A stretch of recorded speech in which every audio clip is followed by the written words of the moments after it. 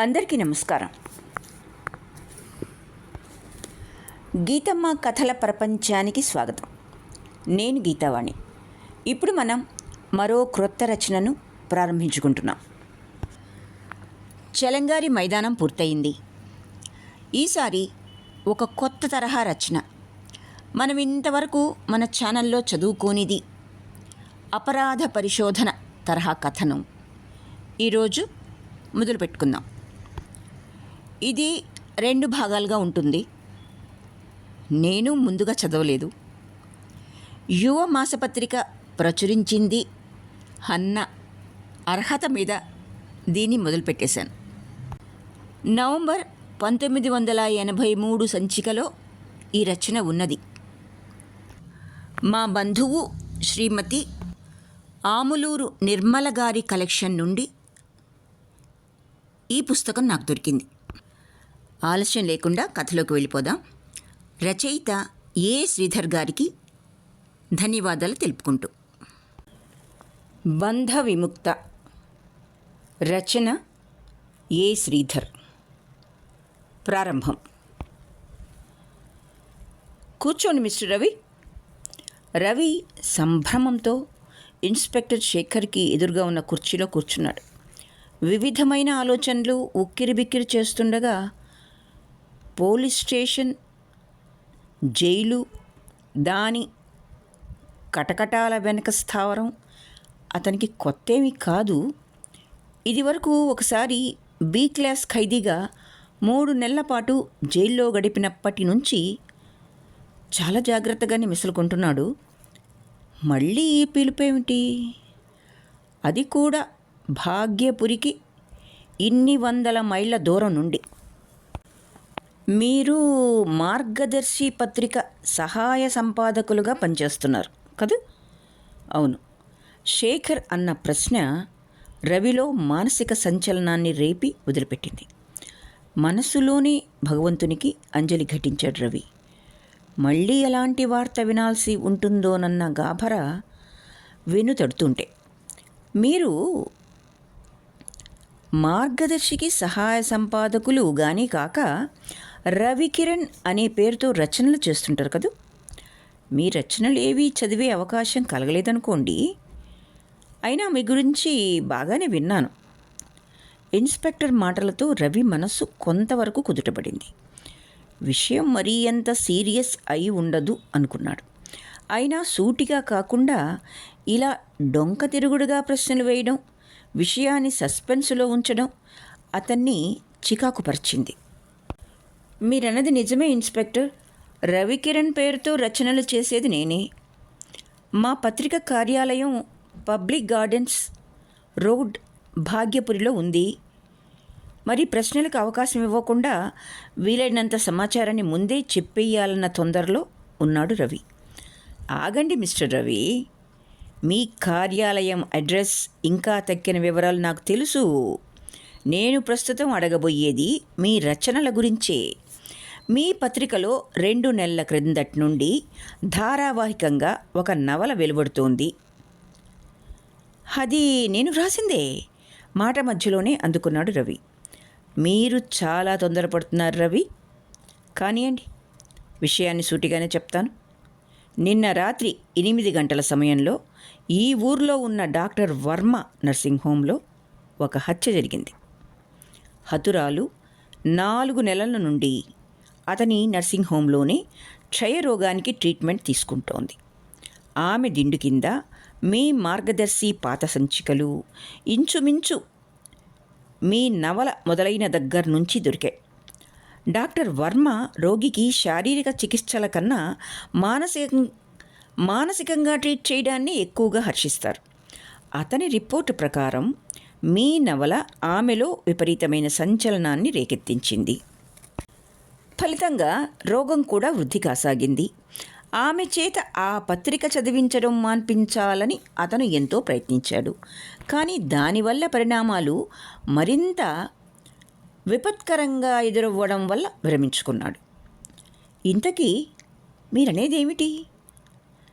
ఆమె హత్యకి నా నవలే కారణం అంటారా? అలాగని నేను అనటం లేదు రవి. మీరు ఊహించుకుంటున్నారు చిరునవ్వుతో అన్నాడు శేఖర్.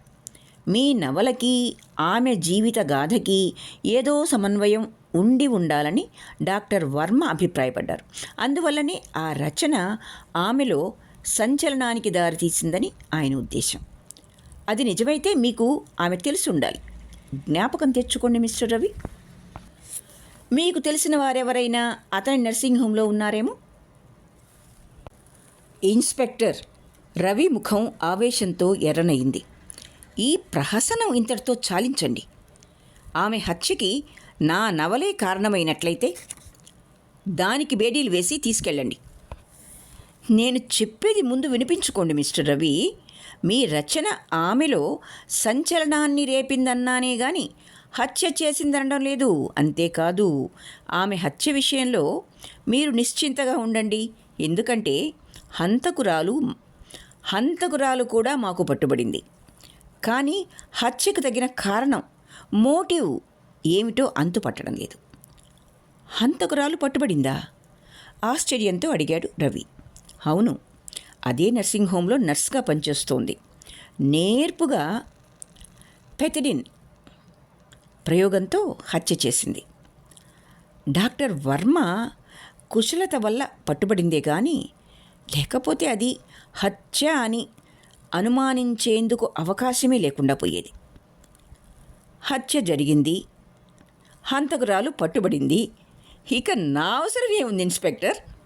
బిగ్గరగా నవ్వాడు రవి. శేఖర్ నెమ్మదిగా జవాబిచ్చాడు. మీకిందాక చెప్పానే, హత్యకి తగిన మోటివ్ లేదని. అందుకే మిమ్మల్ని పిలిపించాల్సి వచ్చింది.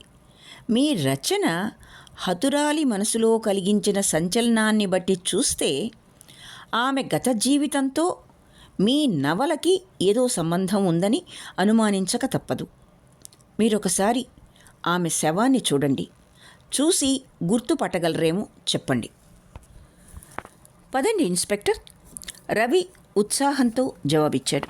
తన నవల కొన్ని అనూహ్యమైన పరిస్థితులని సృష్టించడం అతనిలో భయాశ్చర్యాలనే కాక కించిత్తు గర్వాన్ని కూడా కలగజేసింది. That is good mister Ravi. మీరు చట్టానికి సహాయపడాలనే దృష్టితో కాక మీ నవలలో ఒక పాత్ర యొక్క దుర్మరణానికి కారణమైన పరిస్థితులని అన్వేషించడంలో సహకరించండి.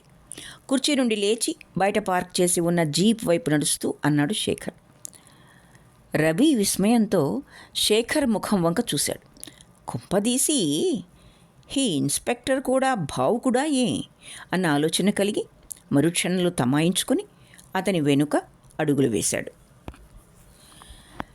తెల్లని మంచు పలకల మధ్య మనోహరమైన దేవసేన శవం, భయానకము బీభత్సము అయిన ఆ మోర్గ్, పోస్ట్ మార్టం చేసే ఆసుపత్రి, ఆ మోర్గ్ వాతావరణానికే సవాలులా తుషార బిందువులతో తడిసిన నీలి కలువ పువ్వుల జీవకళలు ఉట్టిపడుతూ ఉంది. ఆమె శరీరాన్ని చూసి అచేతనావస్థలో పడిపోయిన రవిని భుజం తట్టి పిలిచాడు శేఖర్. ఆమెను మీరు గుర్తుపట్టారు కదూ అంటూ. గుర్తుపట్టకపోవడం ఏమిటి ఇన్స్పెక్టర్? తనలో తనే గొణుక్కున్నాడు రవి. దేవసేన తనలో ప్రణయ భావనలకి అంకురార్పణ చేసిన దేవత, తన హృదయ పీఠానికి రాణి, తన రచనలకి కథానాయికి. ఇంతకన్నా ఎక్కువగా ఎలా పరిచయం చేయగలడు? ఇలా రండి. శేఖర్ అతని చెయ్యి పట్టుకుని బయటికి తీసుకెళ్ళాడు. ఇప్పుడు చెప్పండి, ఆమెవరు? దేవసేన భాగ్యపురిలో ప్రస్తుతం నేను ఉండే వాటాకి ప్రక్క వాటాలో ఉండేది. ఆమె స్వజనంలో తల్లి, తమ్ముడు, బహుశా భర్త కూడా ఉండి ఉండాలి. బహుశా అంటారే? ఆమె భర్త సంగతి మీకు తెలియదా? తెలియదు. ఆమె వివాహం చాలా తొందరగా నేను లేనప్పుడే జరిగిపోయింది. తిరిగి నేను వచ్చేటప్పటికీ ఆమె కుటుంబం మొత్తం ఇల్లు ఖాళీ చేసి వెళ్ళిపోయారు. అప్పుడు అంటే ఆమె వివాహం జరిగిన రోజుల్లో మీరెక్కడున్నారు? జైల్లో. జైల్లో దేనికని శేఖర్ అడగలేదు. దాదాపు సంవత్సరం కిందట ఒక పెద్ద మనిషి మీద బంగారం స్మగ్లింగ్ ఆడపిల్లల కిడ్నాపింగ్ లాంటి నేరారోపణ చేసి తన పత్రికలో ప్రకటించినందువల్ల అతను రవి మీద పరువు నష్టం దావా వేశాడు. ప్రచురించిన వార్త నిజానిజాల పట్ల సరైన సాక్ష్యాధారాలు చూపించలేకపోవటం వల్ల రవికి బి క్లాస్ ఖైదీగా 3 మాసాల జైలు మరి 200 రూపాయల జరిమానా శిక్ష కింద పడింది. అతను రవిని పిలిపించకమునుపే రికార్డులు వెతికి కావలసిన సమాచారం రాబట్టాడు. అందుచేత మరి ప్రశ్న వేయకుండా, మీరు దేవసేనని ప్రేమించారు కదూ అని అడిగాడు. అవును, ప్రాణం కన్నా మిన్నగా ప్రేమించాను. కానీ ఆమె దగ్గర నుంచి నన్ను ప్రేమిస్తున్న సంకేతమేదీ లభించకపోవటం వల్ల నా ప్రేమ నాలోనే నిక్షిప్తమైపోయింది. జైలు నుండి వచ్చిన తర్వాత ఆమె తల్లితో పెళ్లి మాటలు ఆడవచ్చునని ఉపేక్ష చేశాను. హాలోగా అంతా జరిగిపోయి ఆమె కంటికి కూడా కనిపించకుండా పోయింది. దేవసేన తమ్ముడితో మీకు బాగా పరిచయం ఉందా? ఉంది. రఘు మంచి పిల్లవాడు. రాత్రింబగళ్ళు కష్టపడి లేత వయస్సులోనే తన మీద పడ్డ కుటుంబ భారాన్ని నెట్టుకురావాలని ప్రయత్నించేవాడు. స్థిరమైన ఉద్యోగమేదీ లభించకపోవటం వల్ల ఎంతగానో వాపోయేవాడు. అతనికి ఏదైనా పని ఇప్పించమని వాళ్ళ అమ్మ నన్ను బ్రతిమలాడింది. నేను అతనికి రైల్వేలో అప్రెంటిస్గా ఉద్యోగం వేయించగలిగాను. స్థిరమైన ఉద్యోగం దొరికిందని అతను చాలా సంతోషించాడు. ఆ రకంగా నాకు వాళ్ళ కుటుంబంతో సాన్నిహిత్యం ఏర్పడింది. ముఖ్యంగా దేవసేనని చూడటానికే వాళ్ళ వాటాకి వెళ్ళేవాడిని, కానీ ఆమె మాత్రం ఎప్పుడూ నా కళ్ళల్లో కళ్ళు కలిపి చూడలేదు. నా సడి వినగానే లోపలికి వెళ్ళిపోయి ముఖం చాటు చేసుకునేది. నా ఆరాధనని, ప్రేమని గమనించినట్లే కనిపించేది కాదు. అందుకే ఆమె మనసులో ఏముందో తెలియక పెళ్లి మాటల సమయంలో తాత్సారం చేశాను. ఫలితంగా ఆమె నాకు అందకుండా పోయింది. రవి కంఠస్వరంలో వినిపించిన మార్పుని బట్టి దేవసేన పట్ల అతని ఆరాధనాభావాన్ని శేఖర్ అర్థం చేసుకోగలిగాడు. అందుకని కాసేపు విరామం ఇచ్చిన తర్వాత తిరిగి ప్రశ్నించాడు. ఇంతవరకు మీరు చెప్పిన దాంట్లో మాకు పనికొచ్చే వివరాలు ఏమీ లేవు. ఇవన్నీ మీ నవల ద్వారా ఇదివరకు తెలిసినవే. పోనీ ఈ సంగతి చెప్పండి. ఆమె వివాహం అయిన తర్వాత మీరెప్పుడైనా కలుసుకున్నారా? లేదు. తిరిగి ఆమెను చూడడం ఇదే మొదటిసారి. మరి ఆమె నర్సింగ్ హోంలో ఉన్నట్లు ఎలా తెలిసింది? నాకు ఆ సంగతి ఇప్పుడే తెలిసింది. మీ నవలలో కథానాయికి నర్సింగ్ హోంలో ఉన్నట్లు వ్రాశారు. సాభిప్రాయంగా రవి ముఖం వంక చూశాడు శేఖర్. నా కథానాయికకి దేవసేనకి పోలికలు ఉండవచ్చు, కానీ ఆమె కల్పిత పాత్ర. ఆమె ఆసుపత్రిలో చేరడం, దేవసేన కూడా మంచం పట్టడం కేవలం కాకతాళీయం. ఆ విషయం నేను తెలిసి వ్రాయలేదు. ఆమెకు విరోధులు కానీ శత్రువులు కానీ ఎవరైనా ఉన్నారా? నాకు తెలియదు. అయినా 4 గోడలు దాటి వెళ్ళని ఆడపిల్లకి, మగవాసన పసిగట్టగానే తలుపు చాటున నక్కే కన్నెపడుచుకి శత్రువులు ఎలా ఉంటారు? దేవసేనది అద్వితీయమైన సౌందర్యం. అంత అందమైన పిల్లకి విరోధులు ఉండటంలో ఆశ్చర్యం లేదు. మగవాళ్ళు కాకపోతే ఆమె అంటే ఈర్ష్యపడే ఆడవాళ్లే ఎక్కువ ఉండవచ్చు. మీరన్నది నిజమే ఇన్స్పెక్టర్. అలాంటి వారు ఎవరైనా ఉండవచ్చు. రవి సాలోచనగా తలపంకించాడు. దేవసేన కాక మరో స్త్రీతో మీకు సాన్నిహిత్యం ఉండేదా? అంటే మరొక విధంగా ఏ స్త్రీనైనా ప్రేమించారా? లేదు. ఆమె పట్ల కూడా నా ప్రేమ రహస్యంగానే ఉండిపోయింది. పోనీ ఈ ప్రశ్నకు జవాబు చెప్పండి. మిమ్మల్ని ఎవరైనా స్త్రీ ప్రేమించిందా? రవికి చిరాకెత్తుకొచ్చింది. ఇన్స్పెక్టర్ ఎందుకలా ప్రేమ విషయాలు తరచి అడుగుతున్నాడు? తన ఆంతరంగిక విషయాలకి ఈ హత్యకి సంబంధం ఏమిటి? శేఖర్ తన ప్రశ్నని రెట్టించాడు. మీకు పరిచయమైన స్త్రీలలో మీరంటే ఇష్టపడే వాళ్ళున్నారా? అంటే మీరు దేవసేనని ప్రేమించినట్లే మిమ్మల్ని మరెవరైనా ప్రేమించే అవకాశం ఉందా? చెప్పలేను, మొండిగా జవాబిచ్చాడు రవి. వాళ్లల్లో ఎవరిని నన్ను ప్రేమించారా అని నేను అడగలేదు. శేఖర్ నెమ్మదిగా తన భావాన్ని బయటపెట్టాడు. నేను అడిగేది అది కాదు మిస్టర్ రవి.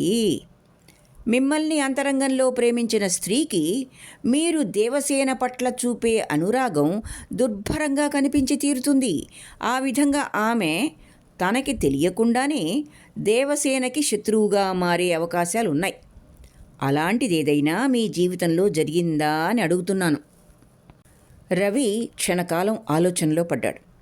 ఈ ఇన్స్పెక్టరు దేవాంతకుడిలా ఉన్నాడు. నిజాన్ని తెలియజేస్తే ఈ అర్థం లేని హత్యకి ఆమెతో ముడిపెడతాడేమో. అయినా తన వ్యక్తిగత రహస్యాలని ఎందుకు తెలియజేయాలి? చేతనైతే అతనే కనుక్కుంటాడు. మదిలో అటువంటి భావన మొలకెత్తగానే తల అడ్డంగా ఊపి జవాబు ఇచ్చాడు రవి. శేఖర్ కాసేపటి వరకు మరేమీ ప్రశ్నించలేదు. రవి ఏదో దాస్తున్నాడన్న వైనాన్ని అతను జవాబిచ్చిన తీరులోనే కనిపెట్టగలిగాడు. ఇద్దరూ మౌనంగా జీప్ దగ్గరకు వచ్చారు. వాళ్ళు జీప్ చేరుకున్న సమయంలో మరొక వ్యక్తి మా మోర్గుకి అభిముఖంగా వస్తూ కనిపించాడు. శేఖర్ ఆ వ్యక్తిని చూపిస్తూ అడిగాడు, అతనే దేవసేన భర్త శంకర్రావు. మీరు గుర్తుపట్టలేదా అన్నాడు. రవి కుతూహలంతో అతని వంక చూశాడు. అతని చూపుల్లో కించిత్తు ఈర్ష్య కూడా చోటు చేసుకోవడం శేఖర్ గమనించాడు. ఎవరి ఆలోచనలు వారికి వదిలి జీప్ ముందుకు కదిలింది. దారిలో ఉన్నట్లుండి రవి వంక చూస్తూ ప్రశ్నించాడు శేఖర్. మిస్టర్ రవి, మీకు శ్యామలని కలుసుకోవాలని లేదా అని. శ్యామల పేరు విని ఆశ్చర్యంతో శేఖర్ ముఖంలోకి చూశాడు రవి. శ్యామల మీకెలా తెలుసు ఇన్స్పెక్టర్? ఇప్పుడు ఆమె ఎక్కడుంది? పదండి చూపిస్తాను, శేఖర్ గంభీరంగా బదులిచ్చాడు. కటకటాల తలుపుల వెనక కస్టడీలో ఉన్న శ్యామలను చూసి నివ్వెరపోయాడు రవి. అతని పెదవులు ప్రక్కనున్న శేఖర్ ఉనికిని గమనించి ఏదో అడగబోయి తిరిగి మానుకున్నాయి. శేఖర్ అతని ఉద్దేశాన్ని గ్రహించి మెల్లగా రహస్యం చెప్పాడు. దేవసేన హత్య సందర్భంగా అరెస్ట్ అయిన నర్సు ఈమె. మీకు శ్యామల సంగతి తెలియదు ఇన్స్పెక్టర్. ఆమె హత్యలు చెయ్యదు, గట్టిగా అరవాలనుకున్నాడు రవి. కానీ క్షణంలో వివేకం హెచ్చరించగా ఆ ప్రయత్నాన్ని మానుకున్నాడు. తలుపుల వెనుక శ్యామల ఇన్స్పెక్టర్ని, అతని వెనుక రవిని చూసింది. ఆమె చూపుల్లో భయాశ్చర్య సందేహాలు, ముప్పిరిగొన్న భావమేదో తళుక్కున మెరిసి 2 అశ్రుకణాల రూపంలో క్రిందికి జారిపోయింది. ముఖం వెనక్కి తిప్పేసుకుని కళ్ళు ఒత్తుకుంది శ్యామల. నువ్విక్కడ నర్సింగ్ హోంలో పనిచేస్తున్నావా శ్యామల? ఎప్పుడు చెప్పలేదే మీ సంగతి? శ్యామల మౌనం వహించింది. రవి ప్రశ్న ఆమెలో ఆశ్చర్యం రేకెత్తించినట్లు ఆమె ముఖభావాలు చెప్పే. ఆమె దగ్గర నుండి జవాబు లభించదు మిస్టర్ రవి. ఇంతవరకు పెదవి విప్పి ఒక్క మాట కూడా మాట్లాడలేదామె. ఆమె పేరు శ్యామలేనన్న కనీస సత్యం కూడా మీ పిలుపు వల్లనే ధ్రువపడింది. Thank God. ఇంక పదండి అంటూ శేఖర్ ముందుకు నడిచాడు. రవి శేఖర్ని అనుసరిస్తూ వెనక్కి తిరిగి శ్యామల వంక చూశాడు. శ్యామలతో ఎన్నెన్నో చెప్పాలని ఉంది అతనికి. ఆమె హత్య చేసిన వైనాన్ని నమ్మటం అతనికి సాధ్యం కావటం లేదు. ఈ శ్యామల కోసం తను ఎంతకాలం అన్వేషించాడు. ఆమె మ్లాన వదనంతో తన ఇంటి గడప దాటి 6 నెలల పైన అయి ఉంటుంది. ఇంటికి వెళ్ళటానికి ముఖం చెల్లక ఇలా మారుమూల రహస్య జీవనం గడుపుతోందా? మారు మాట్లాడకుండా తన మీద నిందారోపణని సహించడానికి, ఆహుతి అయిపోవడానికి తయారుగా ఉంది. కానీ పెదవి విప్పి తన వాళ్ల పేర్లు కళంకితం చేయడానికి మాత్రం అంగీకరించడం లేదు. ఆ సుకుమారమైన శరీరం వెనక ఎంత పట్టుదల, మనోనిబ్బరం దాగి ఉన్నాయి. వీల్లేదు. ఆమె ఈ హత్యా నేరం మీద మ్రగ్గిపోకూడదు. తన సర్వస్వాన్ని కోల్పోయి అయినా సరే ఆమెని ఈ కూపంలోంచి బయటికి లాగాలి. అంతవరకు ఆమెను గురించి పల్లెత్తు మాట అయినా ఇన్స్పెక్టర్ శేఖర్కి చెప్పకూడదు. అతను తనంతట తానుగా వివరాలు అన్వేషించి తెలుసుకునేలోగా ఈ హత్య గురించి పరిశోధన జరిపి ఆమె నిర్దోషిత్వాన్ని రుజువు చేయగలగాలి. మనసులో దృఢ నిశ్చయానికి వచ్చి గంభీరంగా శేఖర్ వెనుక అడుగులు వేశాడు రవి. ఆఫీస్ చేరుకున్న తర్వాత తన సీట్లో కూర్చొని ముఖానికి పట్టిన చెమట తుడుచుకుంటూ రవిని కూడా కూర్చోమని సంజ్ఞ చేసి దగ్గర ఉన్న కానిస్టేబుల్తో కాఫీ తెప్పించమని చెప్పాడు శేఖర్.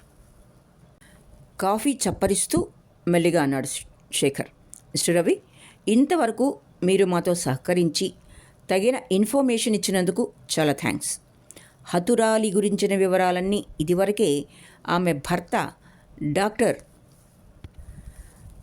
భర్త ద్వారా కొంత, డాక్టర్ వర్మ ద్వారా కొంత, మీ నవల ద్వారా మరికొంత తెలిసాయి.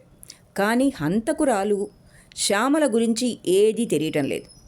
ఆమె దేవసేన నర్సింగ్ హోంలో చేరకముందే అక్కడ నర్సుగా పనిచేస్తూ ఉండేది. దేవసేన పట్లనేగాక మిగతా రోగుల పట్ల కూడా మంచి క్వాలిఫైడ్ నర్సు కన్నా ఎక్కువగా సేవాధర్మాన్ని నిర్వహించేదని డాక్టర్ వర్మ చెప్పాడు. ఆమెలో కూడా మానసిక సంచలనం ఇంచుమించు మీ నవల అచ్చైనప్పటి నుండే మొదలైందని అతని అభిప్రాయం. మీ నవల యొక్క భాగాల్ని ఆమె దేవసేనకి చదివి వినిపిస్తూ ఉండేదట కూడా. రచన చదువుతూ శ్యామల, వింటూ దేవసేన ఒకే రకమైన అనుభూతులకి లోనయ్యేవారట. ఈ ఉపోద్ఘాతం అంతా దేనికి ఇన్స్పెక్టర్? హంతకురాలితో కూడా నా నవలకి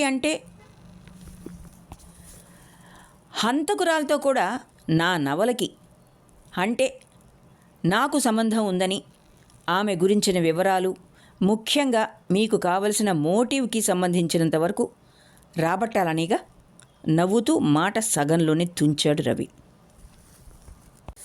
that is good mister Ravi. మీరు సూటిగా విషయాన్ని అర్థం చేసుకున్నందుకు మా ధన్యవాదాలు. ఇక నేను ప్రశ్నలు వేసి మిమ్మల్ని విసిగించను. శ్యామల గురించి మీకు తెలిసినంతవరకు చెప్పండి. కానీ ఒక్క విషయం మాత్రం జ్ఞాపకం ఉంచుకోండి. హత్య పెథడిన్ ప్రయోగం వల్ల జరిగింది. రాత్రిపూట దేవసేన త్రాగే పాలలో చాలా ఎక్కువ మోతాదులో మాత్రలు కలపబడ్డాయి.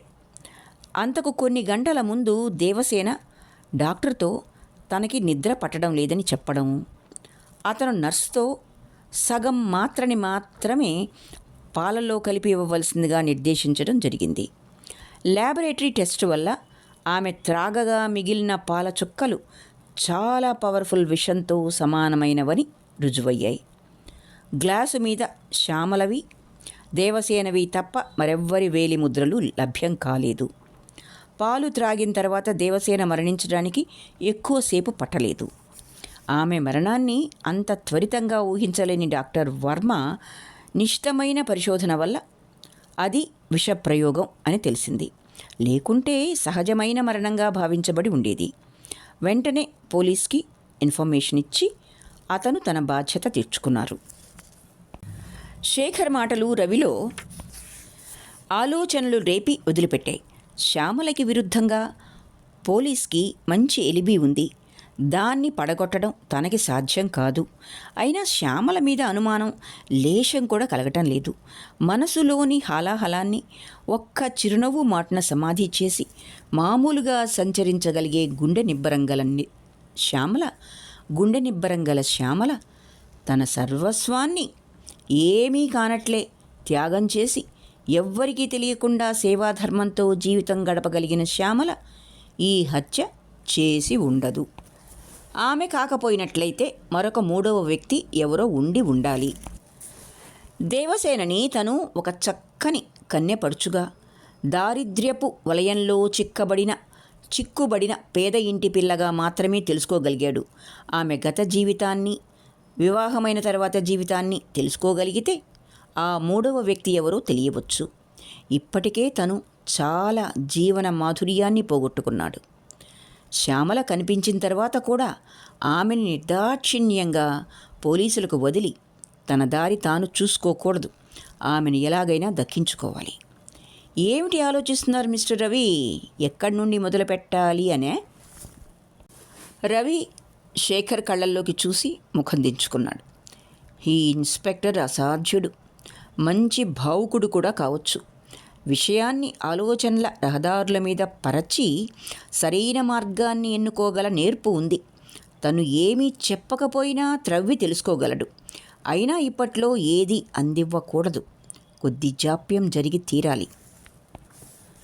ఈ విషయంలో మిమ్మల్ని నిరుత్సాహపరుస్తున్నందుకు చాలా విచారంగా ఉంది ఇన్స్పెక్టర్. శ్యామలకి నాకు పరిచయం కలం స్నేహం ద్వారా మొదలైంది. తరువాత 2-3 సార్లు ముఖాముఖిగా కలుసుకున్నాం అనుకోండి. కానీ అప్పుడు కూడా మా మధ్య చర్చ సాహిత్యపరంగానే జరిగింది, కానీ వ్యక్తిగతంగా జరగలేదు.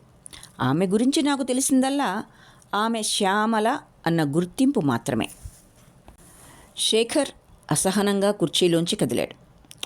సరే మిస్టర్ రవి, మీకు చెప్పాలని ఇష్టం లేకపోతే అలాగే కానివ్వండి. కానీ ఇలా మీరు మౌనం వహించడం వల్ల శ్యామలపైన కేసు బలపడుతుందే గాని తరిగిపోతుందని మాత్రం పొరబడవద్దు. రవి కూడా ఇబ్బందిగా ముఖం పెట్టి అన్నాడు.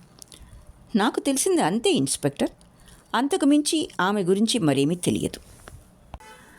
Doctor Varma consulting room swing doors దగ్గరకొచ్చి లోపల ఇన్స్పెక్టర్ శేఖర్ గొంతుక వినిపించడంతో అక్కడే ఆగిపోయాడు రవి. లోపల డాక్టర్కి ఇన్స్పెక్టర్కి మధ్య సంభాషణ జరుగుతోంది. శ్యామల మీ దగ్గర నర్సుగా చేరకముందు ఆమెను గురించిన వివరాలు మీరేమీ అడగలేదా డాక్టర్? లేదు మిస్టర్ శేఖర్. ఆమె నా స్నేహితుడి నుంచి రికమెండేషన్ లెటర్ పట్టుకొచ్చింది. ఆమె చాలా దైన్యావస్థలో ఉందని, కొన్ని కారణాల వల్ల అజ్ఞాతంగా జీవించాలనుకుంటోందని, కొద్దిగా నర్సింగ్ వచ్చును కాబట్టి నా దగ్గర నర్సుగా ఉంచమని వ్రాశాడు. ఆమె తన పేరు తప్ప మరేమీ నాతో చెప్పలేదు. నేను ఆ అమ్మాయి ముఖంలోని అమాయకత్వానికి ముగ్ధున్నై వెంటనే పనిలో చేర్చుకున్నాను. పని కూడా చాలా నెమ్మదిగా, అణకువగా, మెలకువలన్నీ గ్రహించి అందరికీ ప్రీతిపాత్రంగా చేసేది. ఆమె మనస్సులో అంతటి హాలాహలం ఎందుకు నిక్షిప్తమైందో, దేవసేన పట్ల ఎందుకంత అమానుషంగా ప్రవర్తించిందో తెలియటం లేదు. మీ మిత్రుని అడ్రస్ ఇస్తారా డాక్టర్?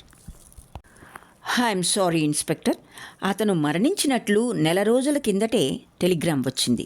ఆ విషయం శ్యామలకు కూడా చెప్పాను. చాలా విచారించింది అంటూ డెస్క్లోంచి ఒక ఎర్రని తంతి కాగితం బయటకు తీశాడు డాక్టర్ వర్మ. ఆ టెలిగ్రామ్ వంక యథాలాపంగా చూసి తిరిగి ఇచ్చేశాడు శేఖర్. పోనీ వాళ్ళ కుటుంబ సభ్యులలో ఎవరికైనా ఆమె గురించి తెలిసే ఉంటుందేమో అంటూ. అతని కుమార్తె సుజాతకు తెలుసు. శ్యామల ఆమె క్లాస్మేట్స్ అట. ఆమెకి రికమెండేషన్ లెటర్ సుజాత ప్రోద్బలం వల్లనే దొరికింది. శేఖర్ ఉత్సాహంతో చిటిక వేశాడు. అయితే మీ మిత్రుని అడ్రస్ వీలైతే టెలిఫోన్ నంబర్ ఇవ్వండి అన్నాడు. డాక్టర్ వర్మ తొణక్కుండా నిశ్చలంగా శేఖర్ కళ్ళలోకి చూస్తూ చెప్పాడు. సుజాత ప్రస్తుతం భర్తతో పాటు స్టేట్స్లో ఉంది ఇన్స్పెక్టర్. ఆమె అడ్రస్ మాత్రం నాకు తెలియదు. శేఖర్ గంభీరంగా తల పంకించి కుర్చీలోంచి లేచాడు. అతను బయటికి వస్తాడని ఊహించిన రవి దగ్గర ఉన్న బీరువా చాటున నక్కి కనుమరుగయ్యాడు. ఇన్స్పెక్టర్ హ్యాట్ సవరించుకుంటూ హుందాగా బయటికి వెళ్ళిపోయిన తరువాత రవి తలుపు దగ్గరికి చేరుకొని మే కమిన్ సార్ అని అడిగాడు. డాక్టర్ పర్మిషన్ ఇవ్వడంతో లోపలికి అడుగుపెడుతూ తనని తాను పరిచయం చేసుకున్నాడు రవి. ఓ, మీరేనా ఆ సంచలన రచయిత? రండి కూర్చోండి, చిరునవ్వుతో స్వాగతం పలికాడు డాక్టర్, నేను ముఖ్యంగా శ్యామలను గురించి మీతో మాట్లాడడానికి వచ్చాను. శ్యామల నేను కలం స్నేహితులం. ఆమె హత్య చేసిందన్న విషయాన్ని నమ్మలేకుండా ఉన్నాను. నాకు కూడా నమ్మకం కలగటం లేదు మిస్టర్ రవి. ఆమె చాలా నెమ్మదైన పిల్ల. కానీ జరిగిన దాంట్లో ఆమె తప్ప మరి అనుమానితులు కనిపించడం లేదు. తప్పకుండా ఉన్నారు డాక్టర్. మరెవరిదో అజ్ఞాత హస్తం ఈ పని చేసింది. దాన్ని తెలుసుకోవడానికే మీ దగ్గరకు వచ్చాను. ఒక నిర్దోషిని ఉరికంబం నుండి తప్పించడానికి మీ సహాయం చాలా అవసరం. నాకు తెలిసిందే ఉంది రవి. అంతా పోలీసులకి ముందుగానే చెప్పాను. ఈ హత్యల విషయంలో పోలీసుల దృక్పథం వేరుగా ఉంటుంది డాక్టర్. వాళ్ళు హంతకుడు పట్టుబడే వరకు నేర పరిశోధన చేస్తారు. ఆ పైన ఎలిబీల కోసం తాపత్రయపడి వీలైతే సృష్టించి కూడా కేసును ముగించి వేస్తారు. శ్యామల మీద బలమైన సాక్ష్యాధారాలు ఉన్నాయి కాబట్టి వాళ్ళకి ఇప్పుడు కావలసిందల్లా హత్య జరగడానికి ఉండాల్సిన కారణం మాత్రమే. ఏమాత్రం ఆధారం దొరికినా వాళ్ల పరిశోధన అంతటితో ఆగిపోతుంది. నేను ఆమె నిర్దోషిత్వాన్ని రుజువు చేయడానికి పూనుకున్నాను డాక్టర్. అందుకు మీ సహాయం కావాలి. సరే రవి, మీ ఇష్ట ప్రకారమే కానియండి. ఇంతకీ మీరు నన్నేం అడగాలనుకుంటున్నారు? దేవసేన గురించి డాక్టర్. ఆమె అజ్ఞాత శత్రువు ఎవరో మంచి అవకాశం చూసి ఆమెను హతమార్చగలిగారు. ఆమె భర్త గురించి, ఆమెను కలుసుకోవడానికి వచ్చిన ఇతర వ్యక్తుల గురించి చెప్పండి డాక్టర్. ఆమె 4 మాసాలుగా నా దగ్గర ట్రీట్మెంట్లో ఉంది రవి. ఆ వ్యవధిలో ఎవరెవరు వచ్చారో ఎలా చెప్పగలను? ఆమె డైరీ ఉన్నట్లయితే కొన్ని వివరాలు తెలిసేవేమో. దేవసేన డైరీ వ్రాసేదా డాక్టర్? అదెక్కడుంది? ఆతృతతో అడిగాడు రవి. హత్య జరిగిన రోజు సాయంత్రం కూడా ఆమె డైరీ వ్రాయడం నేను చూశాను రవి. అది మీ నవల ప్రతులతో పాటు దిండు క్రిందే ఉండేది. హత్య జరిగిన తర్వాత మాత్రం అది మాయమైంది. ఈ విషయం పోలీసులతో కూడా చెప్పాను. వారు అది శ్యామలే ఎక్కడో దాచిందనే అనుమానంతో ఉన్నారు. పోతే దేవసేన గురించి కానీ శ్యామల గురించి కానీ నాకంటే మీకే ఎక్కువ తెలిసి ఉండాలి. మీ నవల వాళ్లలో కలిగించిన రియాక్షన్ బట్టి చూస్తే వాళ్ళ గతానికి సంబంధించిన విషయాలేవో అందులో ఉన్నాయనటం తథ్యం. దేవసేన నాకు పెళ్లి కాకపూర్వమే తెలుసును డాక్టర్. ఆమె వైవాహిక జీవితం గురించి కానీ తరువాత కానీ తెలియవు. పోనీ ఈ ప్రశ్నకు జవాబు చెప్పండి. ఆమె హత్యకి ముందు రోజు కానీ అంతకన్నా ముందు కానీ ఆమె భర్త గాక ఎవరైనా విజిటర్స్ ఆమెను చూడటానికి వచ్చారా? ఆమె భర్త తాలూకు దూరపు బంధువు ఒక ఆయన భాగ్యపురి నుంచి వచ్చాడు. ఫుల్ సూట్లో గుబురు మీసాలతో మనిషి హుందాగా ఠీవిగా ఉన్నాడు. అతను ఆమె కాంపౌండ్ గేట్ దగ్గర లాన్స్ ముందు కూర్చొని చాలాసేపు మాట్లాడారు. తర్వాత ఆ రోజే అతను వెళ్ళిపోయాడు కాబోలు. తిరిగి చూడడం తటస్థపడలేదు. అతను ఆమె భర్తతో కలిసే వచ్చేవాడా? లేదు, నిజానికి అతను విజిటింగ్ అవర్స్లో రానేలేదు. సాయంత్రానికి తిరిగి వెళ్ళిపోవాలని తొందరపడటం వల్ల అతనికి స్పెషల్ పర్మిషన్ ఇవ్వడం జరిగింది. అయితే అతనెవరో ఆమె భర్తకి తెలిసే ఉంటుంది అంటూ కుర్చీలోంచి లేచి నిలబడ్డాడు రవి. థ్యాంక్స్ డాక్టర్, మీరు చెప్పిన విషయం చాలా విలువైనది. మళ్ళీ ఎప్పుడైనా అవసరం వచ్చినప్పుడు మీతో కలుస్తాను. దేవసేన భర్త అడ్రస్ తెలిస్తే చెప్పండి. డాక్టర్ వర్మ మాట్లాడకుండా డెస్క్లోంచి ఒక కాగితం ముక్క తీసి రవి చేతికిచ్చి అతను వెళ్ళిన వైపే చూస్తూ ఆలోచనలో పడ్డాడు. కాసేపటికి తేరుకుని ఫోన్ రిసీవర్ తీసి ఏదో నంబర్ డయల్ చేశాడు. అటు నుండి రెస్పాన్స్ వినపడగానే, hello police station, I want inspector Shekhar అని అడిగాడు. కూర్చోండి మిస్ శ్యామల, వీలైనంత నెమ్మదిగా అన్నాడు శేఖర్. శ్యామల కూర్చోలేదు. తల క్రిందికి దించుకొని నేల చూపులు చూస్తూ నిలబడింది. చూడండి శ్యామలాదేవి, విషయాలు దాచడం వల్ల కేసు జటిలమయ్యి ఇంకా జటిలమయ్యి బలపడుతుందే తప్ప రూపు మాసిపోదు. మీరు మౌనం వహించడం వల్ల ప్రయోజనం ఏదీ లేదు. ఇంతవరకు వచ్చిన తర్వాత తక్కిన విషయాలు బయటపడకుండా పోవు. రవి మీ గురించి చెప్పనంత మాత్రాన ఈ విశాల ప్రపంచంలో మిమ్మల్ని తెలిసిన వ్యక్తులు మరెవ్వరూ తటస్థపడరని అనుకోవద్దు అంటూ ప్రక్కనున్న హెడ్ కానిస్టేబుల్ వంక తిరిగి, కెమెరా తెచ్చారు కదూ అని అడిగాడు శేఖర్. కెమెరా మాట వినగానే కళ్ళెత్తి చూసింది శ్యామల. అలాగే కాసేపు తలెత్తి నిల్చోండి శ్యామల, మీ ఫోటో తీసి పేపర్లో ప్రకటించడం జరుగుతుంది. దాంతో మీకు తెలిసిన వారెవరైనా ఉంటే తప్పకుండా ఇక్కడికి రాగలరు. శేఖర్ ఆ మాటలంటూ ఉండగానే హెడ్ కానిస్టేబుల్ క్లిక్ అనిపించాడు.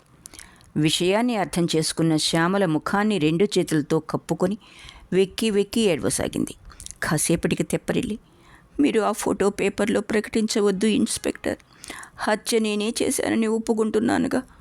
నన్ను ఇలాగే అజ్ఞాతంగా శిక్ష అనుభవించనీయండి. ఇన్నాళ్ళు నర్సింగ్ హోంలో ప్రశాంతంగా అజ్ఞాతవాసం గడిపాను. అనుకోకుండా వచ్చిన మార్పుల వల్ల బయటపడాల్సి వచ్చింది. నన్ను ఇంకా బట్టబయలు చేసి పత్రికల పాలు చేయకండి. డాడీకి తెలిస్తే హార్ట్ అటాక్తో చనిపోతాడు. మీకు డాడీ ఉన్నారా శ్యామల? అప్రయత్నంగా ఆమె మాటలకి అడ్డుపడ్డాడు శేఖర్. శేఖర్ ప్రశ్నకి శ్యామల నిర్విణ్ణురాలైంది. ఆమె ముఖం పాలిపోయి రక్తస్పర్శ లేనట్లు తెల్లనయింది.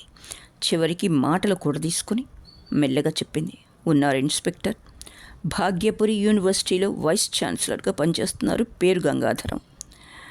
అతనిని ఒక్కరినే ఇక్కడికి పిలిపించి మీకు కావలసిన వివరాలు తీసుకోండి, కానీ ఆ ఫోటో మాత్రం పేపర్లో వేయించవద్దు. That is good miss Shyamala, మీరు చెప్పినట్లే చేస్తాను. ఆమెను తీసుకెళ్లమన్నట్లుగా సైగ చేశాడు శేఖర్. అతని సైగ అర్థం చేసుకుని శ్యామల తన సెల్ వంక అడుగులు వేసింది. నెమ్మదిగా అడుగులు వేస్తూ మూర్తీభవించిన దైన్యంలా వెళ్తున్న ఆమె వంక చూస్తూ విస్తుపోయాడు శేఖర్. ఈమె హత్యలు చేయగలదా అన్న శంక అతని అంతరంగంలో జనించి నిట్టూరుపు రూపంలో బయటపడింది.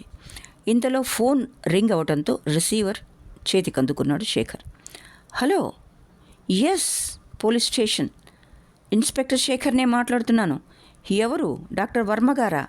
ఆ సంచలన రచయిత మీ దగ్గరకు వచ్చాడా? శంకర్రావు అడ్రస్ తీసుకెళ్ళాడా? Thanks doctor, thanks for your information అంటూ రిసీవర్ క్రెడిల్ చేశాడు శేఖర్. చేతిలోని అడ్రస్ను బట్టి ఆ టౌన్కి చివరగా చెరువుగట్టున ఉన్న సందులోకి మళ్ళీ అన్నిటికీ కొంచెం ఎడంగా ఉన్న పెంకుటింటి దగ్గరికి చేరుకున్నాడు రవి. అస్పష్టమైన వీధి దీపాల వెలుగులో అక్కడక్కడ శిథిలమైన ఆ ఇల్లు రకరకాల ఊహలకి రూపకల్పన చేస్తోంది. ఎవరిదో స్త్రీ కంఠం మందస్థాయిలో దుఃఖంతో సమ్మిళితమై సన్నగా వినిపిస్తోంది. ఆమె మాట్లాడుతూ ఏడుస్తుంది, ఏడుస్తూ మాట్లాడుతుంది. మధ్యలో దేవసేన పేరు వినపట్టంతో రవి తలుపుకి చెవి ఒగ్గి వినసాగాడు. నన్నేం చేయాలనుకున్నారండి? వారానికి ఓ రోజు వస్తూ పోతూ ఉంటే నిజంగానే ఏదో బాధ్యత గల ఉద్యోగం చేస్తున్నారనుకున్నాను. ఇలా చల్లగా కుత్తుకు కోస్తున్నారనుకోలేదు. ముందు అన్నయ్య ఈ విషయం చెప్తే నమ్మలేక వాడిని చెడామడా చీవాట్లు పెట్టాను. అయినా ఉద్యోగం కోసం మామయ్య దగ్గరికి పట్నం వెళ్ళిన మనిషి పెళ్లి చేసుకొని మరొక చోట రహస్యంగా కాపురం పెట్టడం ఏమిటి? అదేం మంత్రం వేసింది మీకు? ఎందుకు ఇలా మారిపోయారు? ఊరుకో శారదా, జరిగిన దాని గురించి చింతించే ఫలితం ఏమిటి? దేవసేన ఇప్పుడు ఎలాగూ లేదు కదా. ఆమెను పెళ్లి చేసుకోవడం వల్ల కొంత డబ్బు కూడా గిట్టింది నాకు. నిజానికి ఆ డబ్బు కోసమే పెళ్లి చేసుకున్నాను. ఈ కేసు ముగిసిన తర్వాత ఏది జరగనట్లే ఎప్పట్లా ఉందాం. మరి మామయ్యకి ముఖం చూపించడానికైనా వెళ్ళను. ఏదో కూలీనాలి చేసుకుని బ్రతుకులు వెళ్ళమారుద్దాం. అన్నీ సవ్యంగా ముగిసే వరకు ఓపిక పట్టు. రేపు తెల్లవారి బస్సుకి మీరిద్దరూ తిరిగి ఊరుకు వెళ్ళిపోండి. గుట్టు రొట్టయితే చికాకుల్లో పడాల్సి వస్తుంది. మన సంగతి ముఖ్యంగా పోలీసులకు తెలిసిందంటే ఆ నర్సుని కాస్త వదిలేసి నీ వెంట నా వెంట పడే అవకాశం ఉంది. ఎంత సులువుగా చెప్పగలరండి మాటలు? ఏది జరగనట్లే ఎలా మర్చిపోవడం? ఈ విషయంలో ఆడవాళ్ల గుండె కోత మీకు ఎలా అర్థమవుతుంది? డబ్బు దశకం అయితే పంచుకోవచ్చు, కానీ భర్తను పంచుకోవడం అన్నది దుర్భరమైన విషయం. అయినా పెళ్లి చేసుకొని ఆ ముండతో కులికేటప్పుడు పిల్లల ముఖాలైనా గుర్తుకు రాలేదండి మీకు? ఊరుకో శారదా, చచ్చిన మనిషిని ఆడిపోసుకుని ప్రయోజనం ఏమిటి? ఏ ఆవిడ మీద ఈగ వాలనివ్వరా ఏమిటి? ఈసారి మరొక మగ కంఠం కర్కశంగా ధ్వనించింది. అయినా పెళ్ళాం పిల్లలుండగా మరో వివాహానికి ఒడిగట్టే ముందు చట్టం కూడా గుర్తుకు రాలేదు కాబోలు. ఈ విషయం రహస్యంగా ఎందుకు దాచాలో నాకు అర్థం కావడం లేదు. పోలీసులకు తెలిస్తే ఏమవుతుంది? ముందు తమరు జైలుకి వెళ్ళాలనేనా? ఎవరు జైలుకి వెళ్ళాలో నీకు ఇంకా తెలిసి చచ్చినట్టు లేదు. దేవసేనది మామూలు చావు కాదు, కాల్చి పారేసి చేతులు దులుపుకోవటానికి. అది హత్య చేయబడింది. ఎవరో నర్సుని అనుమానిస్తున్నారే గాని హత్యకు తగిన కారణాలు దొరకడం లేదు. ఇప్పుడు ఈ విషయం బయటపడినట్లయితే రెండో పెళ్లి చేసుకున్నందుకు నాకు పడే శిక్ష మాట ఎలా ఉన్నా ముందు మీరిద్దరూ తప్పించుకోవడం కష్టం. ఎందుకంటే దేవసేనని హత్య చేయడానికి మీ ఇద్దరికీ తగిన కారణాలున్నాయి. ఊరుకోరా అన్నయ్య, ఆయనకి శిక్ష పడితే ఎవరికి? నాకు కాదు. ఊరుకో, కడుపు చించుకుంటే కాళ్ళ మీద పడుతుంది. శారద మందలింపు మూడవ వ్యక్తిని వాదనకి దింపకుండా చేసింది. తలుపు బయట రవి ఆలోచనలో పడ్డాడు. శంకర్రావు గుట్టు పోలీసుల ముందు బట్టబయలు చేసి వాళ్ల దృష్టిని శ్యామల నుండి తప్పించి మరొక కోణం వైపు మరల్చాలి. నిజానికి దేవసేనకిచ్చిన పాల గ్లాసులో నిద్ర మాత్రలు శ్యామలే కలపనక్కర్లేదు. ఆమె బెడ్ కిటికీకి దగ్గరగా ఉంది. కిటికీ వెనుక కాంపౌండ్ వాల్కి మధ్య పూల పొదలు దట్టంగా పరుచుకునున్నాయి. కిటికీ నేలకి చాలా ఎత్తుగా ఉన్న నేర్పరైన మనిషి ఆ పాదుల సాయంతో దాన్ని చేరుకుని మంచం ప్రక్కనే ఉన్న స్టూలు మీద ఉన్న గ్లాసులో ఒక్కటొక్కటిగా జారవిడవచ్చు. అయితే దేవసేన పాలు ఇచ్చిన వెంటనే త్రాగిందో పడుకోబోయే ముందు తాగిందో తెలియదు. అది శ్యామలను అడిగి తెలుసుకోవాలి. ప్రస్తుతం తను ఊరుకుంటే లాభం లేదు. తెల్లారేసరికి వీళ్ళు పారిపోయేలా ఉన్నారు. ఆ పైన శంకరం ఏ చిక్కులు లేకుండా తప్పించుకోవడానికి అవకాశాలు ఉన్నాయి. వీళ్ల సంగతి ఎలాగైనా పోలీస్ దృష్టికి తేవాలి. ఆలోచనలో మునిగిన రవికి మెరుపులాంటి ఊహ తట్టింది. వెంటనే ఏమాత్రం సంకోచించకుండా తలుపులు దబదబమని బాదాడు. లోపల సంభాషణ ఆగిపోయింది. గదిలో ముగ్గురు భయంగా ఒకరి ముఖాలొకరు చూసుకున్నారు. ఎవ్వరూ లేచి వెళ్ళి తలుపులు తీయడానికి సాహసించలేదు. బయట రవి అదే పనిగా తలుపులు తీయడానికి బాదుతున్నాడు. చివరికి శంకరం సాహసించి, నువ్వు వెళ్ళి కొంచెంగా తలుపు తీసి చూడు శారదా, ఇరుగు పొరుగు అయితే లోపలికి రాని, ఎవరో తెలియని మనిషి అయితే మెల్లగా సైగ చెయ్యి, మేమిద్దరం తలుపు దగ్గరగా ఉంటాం, చెరుక కర్ర పట్టుకుని అన్నాడు స్వరం తగ్గించి. శంకరం సూచన ప్రకారం శారద తలుపు దగ్గరికి వెళ్ళింది. మిగిలిన ఇద్దరూ చేతికి అందుబాటులో ఉన్న కర్రలు పట్టుకొని తలుపు దగ్గరగా నిల్చున్నారు. శారద మెల్లగా తలుపు తీసి సందులోంచి ముఖం బయటికి పెట్టి ఎవరు అని అడిగింది. మసక వెలుగులో మనిషిని గుర్తుపట్టలేక ఇంకొంచెం తెరిచింది. గదిలోని వెలుగు రవి ముఖం మీద పడగానే అతనెవరో అపరిచిత వ్యక్తి అని గ్రహించి కాలితో శంకరానికి సైగ చేసి తలుపు మరికొంచెం వెడల్పు చేసింది. ఎవరు మీరు అనే ప్రశ్నతో పాటు తను తలుపు తట్టగానే లోపల ఏర్పడిన వాతావరణాన్ని రవి ఊహించగలిగాడు. ఆ పరిస్థితిలో ఒక అపరిచిత వ్యక్తిని వాళ్ళు ఎలా ఎదుర్కొంటారో కూడా అతను సులువుగా అంచనా వేయగలిగాడు. శారదకి మరేదీ ప్రశ్నించడానికి అవకాశం ఇవ్వకుండా ఆమెను గదిలోకి ఒక తోపు తోసి వెంటనే బుల్లెట్లా లోపలికి దూసుకుపోయాడు రవి. క్రింద పడిన వెంటనే స్ప్రింగులా పైకి లేచి పిడికిలి బిగించిన చేతిని పంట్లం జేబులోకి పోనిచ్చి గంభీరంగా అన్నాడు, మిస్టర్ శంకరం, మీరిద్దరూ కర్రలు మూలపడేసి తలుపు దగ్గర నుండి కదిలి లోపలికి రండి. శారద, నువ్వు లేచి నిలబడు. ఏ ఒక్కరు నా మాట వినకపోయినా మరేదైనా అఘాయిత్యానికి పూనుకున్నా నిర్దాక్షిణ్యంగా కాల్చిపారేస్తాను. రవి లోపలికి రావడంలో తీసుకున్న చొరవ, ఆ మాటలాడినప్పుడు ప్రదర్శించిన ధైర్యం, జేబులో పిడికిటి వెనుక పిస్తోలు ఉండవచ్చునన్న భ్రమని కలిగించగానే ప్రయోగించే నిమిత్తం పైకెత్తి పట్టుకున్న కర్రలు రెండూ క్రిందికి దించి మూలకు చేరవేశారిద్దరు. శారద కూడా లేచి నిటారుగా నిలబడి భయంగా రవి వంక చూడసాగింది. ముగ్గురు తలుపు దగ్గర నుండి కదిలి గది మధ్యకు రండి. అదే స్వరంతో ఆజ్ఞ జారీ చేశాడు రవి. ఒక్కొక్క అడుగే వేస్తూ గది మధ్యకు చేరుకున్నారు వాళ్ళు. అందరి చూపులు రవి జేబులో బిగుసుకున్న పిడికిటి మీదనే నిలిచాయి. అతనెవరు, ఇంకా పిస్తోలు బయటికి తీయడేం అన్న సందేహం పొడసూపింది. వాళ్ళ సందేహాన్ని పసిగట్టిన రవి అవసరమైతే వీధిలోకి దారి తీయడానికి వీలుగా వాళ్ళతో పాటు తను కూడా వెనకడుగులు వేసి తలుపు దగ్గరికి చేరుకుని వాటిని ఒక్క తాపుతో దగ్గరగా చేరవేసి నిటారుగా నిలబడ్డాడు. అతని దగ్గర పిస్తోలు ఉన్నది లేనిది తేల్చుకోలేని వాళ్ళు ముగ్గురు నిస్సహాయంగా బెదురుచూపులు చూస్తూ గదికి మధ్యగా నిలబడ్డారు. మిస్టర్ శంకరం, నేను మిమ్మల్ని బెదిరించడానికి కానీ మరేదైనా దోచుకుపోవడానికి కానీ ఇక్కడికి రాలేదు. దేవసేన హత్య సందర్భంలో నిజానిజాలు అన్వేషించడానికి వచ్చిన సిఐడిని నేను. నా పేరు రవి అంటూ జేబులోంచి చేయి తీసేసి, నా జేబులో పిస్తోల్ లాంటిదేదీ లేదన్న సంగతి మీకు ఈ పాటికి తెలిసే ఉంటుంది, కానీ నా వెనక పోలీసు బలగం ఉంది. నేను ఏ మాత్రం అరిచినా లేక ఏ విధమైన సంకేతాన్ని ఇచ్చినా లోపలికి ఉరకడానికి సిద్ధంగా ఉంది. అందుచేత ఎలాంటి గొడవ లేకుండా నేను అడిగిన ప్రశ్నకి సమాధానం ఇవ్వండి. శంకరానికి ఏమీ పాలుపోలేదు. ఈ మనిషి వెనుక పోలీసు బలగం నిజంగా ఉందా, లేక పిస్తోల్లాగే ఆ మాటలు కూడా అబద్ధమేనా? ఇతను సిఐడి అయితే దేని గురించి వచ్చాడు? శ్యామల నేరం ఒప్పుకుందని తను విన్నాడే. మరి పరిశోధన అవసరం దేనికి? ఈ హత్య విషయంలో మేము మీకేమీ సహాయం చేయలేం మిస్టర్ రవి. మాకిందులో ఆవగింజంతైనా నిజానిజాలు తెలియవు. కాసేపటికి గొంతు పెగిల్చుకొని అన్నాడు శంకరం. అతను ఆ మాటలు అంటూ ఉండగానే అతని ప్రక్కనే ఉన్న బావమరిది నేర్పుగా రవిపైకి లంఘించి నడుం వాటేసుకున్నాడు. హదను కనిపెట్టిన శంకరం, అతన్ని అలాగే పట్టుకో భూపతి, పట్టు సడలనియ్యకు అంటూ భూపతికి సహాయం చేశాడు. రవి భూపతి పట్టు నుండి విడిపించుకునే ప్రయత్నంలో అతని జుట్టు అందుకున్నాడు. కానీ శంకరం రాక వల్ల వీలు కాకుండా పోయింది. ముగ్గురి మధ్య దుమ్మి యుద్ధం ప్రారంభమైంది. రవి ఎలాంటి సంకేతాన్ని ఇచ్చే ప్రయత్నం ఏదీ చేయకపోవడం చూసి శంకరం భూపతుల ఉత్సాహం ఇనుమడించింది. ఇంతలో శారద ఇంటి లోపలికి వెళ్ళి ఒక తాడు తీసుకురావడంతో వాళ్ళిద్దరూ కలిసి ఇటువంటి పోట్లాటలకి అలవాటు పడని రవిని సునాయాసంగా బంధించారు.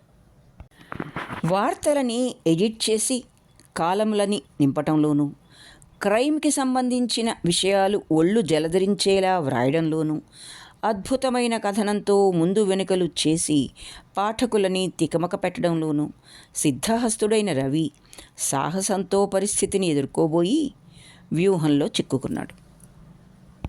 ఇతనెవరో తలుపు చాటు నుండి మన మాటలు విని బ్లాక్మెయిల్ చేసి మన దగ్గర డబ్బు గుంజాలని వచ్చినట్టున్నాడు, కానీ సిఐడిలా లేడు.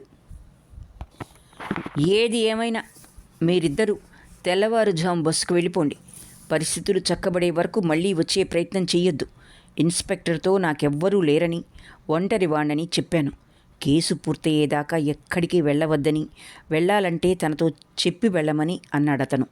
ఈ అతిథి విషయం నేను చూసుకుంటాను. మీరు లోపలి గదిలోకి వెళ్ళి రెస్ట్ తీసుకోండి. టైం అవగానే వచ్చి లేపుతాను అన్నాడు శంకరం. శారద లేచి పక్క బట్టలు తీసుకుని లోపలికి వెళ్ళడానికి ఉద్యుక్తురాలైంది. ఇంతలో తలుపు బయట ఎవరో లాఠీతో కొట్టినట్లు టకటకమనే శబ్దం వినిపించింది.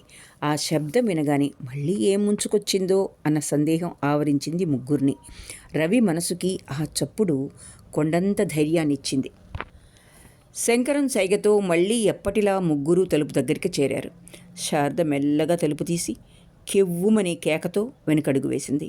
శంకరం, భూపతులిద్దరూ ఆదుర్దాతో తలుపు సందుల్లోంచి వెలుపలకు చూసి నిశ్చేష్టులయ్యారు. లోపలికి నడవండి అన్న గద్దింపుతో ముగ్గురు తలుపు వదిలిపెట్టి గదిలోకొచ్చారు. వెంటనే సగం తెరిచి ఉన్న తలుపులు తోసుకుని ఇన్స్పెక్టర్ శేఖర్ మరి ఇద్దరు కానిస్టేబుల్స్ లోపలికి ప్రవేశించారు. శేఖర్ చేతిలో నల్లని పిస్తోలు గది లోపలి వెలుగుని పుంజుకొని కళ్ళు చెదిరేలా మిరుమిట్లు గొలిపింది. బొత్తిగా నల్లపూసైపోయారేం రవి? 2 రోజులుగా కనిపించడమే లేదు. ఎక్కడికి వెళ్ళారు? రవిని లోపలికి ఆహ్వానించుతూ ఆప్యాయత నిండిన కంఠస్వరంతో పలకరించింది మాలతి. రవి చెప్పులు వీధి తలుపు దగ్గర వదిలిపెట్టి గదిలో కుర్చీ మీద కూర్చుంటూ, కొంచెం మంచినీళ్ళు మాలతి, తీరుబడిగా అన్ని విషయాలు చెప్తాను అన్నాడు. మాలతి లోపలికెళ్ళి ఒక చేతిలో మంచినీళ్ళ గ్లాసు, మరొక చేతిలో కాఫీ కప్పు తీసుకొని వచ్చింది. మంచినీళ్లు త్రాగి కాఫీ అందుకుంటూ అన్నాడు రవి. పోలీస్ స్టేషన్ నుంచి పిలుపు వచ్చింది మాలతి. ఆఫీస్ నుండి ఉన్న పళంగా బయలుదేరక తప్పింది కాదు. మళ్ళీ ఏమొచ్చింది? మరేదైనా పాడు పని చేయలేదు కదా? మాలతి ప్రశ్నలో ఆతృతతో పాటు చిరుకోపం కూడా చోటు చేసుకుంది. మాలతి భర్త కేశవరావు భారత్ మెటల్ ఫ్యాక్టరీలో అకౌంటెంట్గా పనిచేస్తున్నాడు.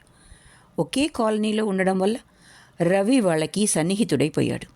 వాళ్ళ ఇంటి నుండి మరి 4 వాటాల ఇళ్ళు దాటితే రవి వాటా వస్తుంది. దంపతులిద్దరూ అతనన్నా అతని రచనలన్నా చాలా అభిమానిస్తారు.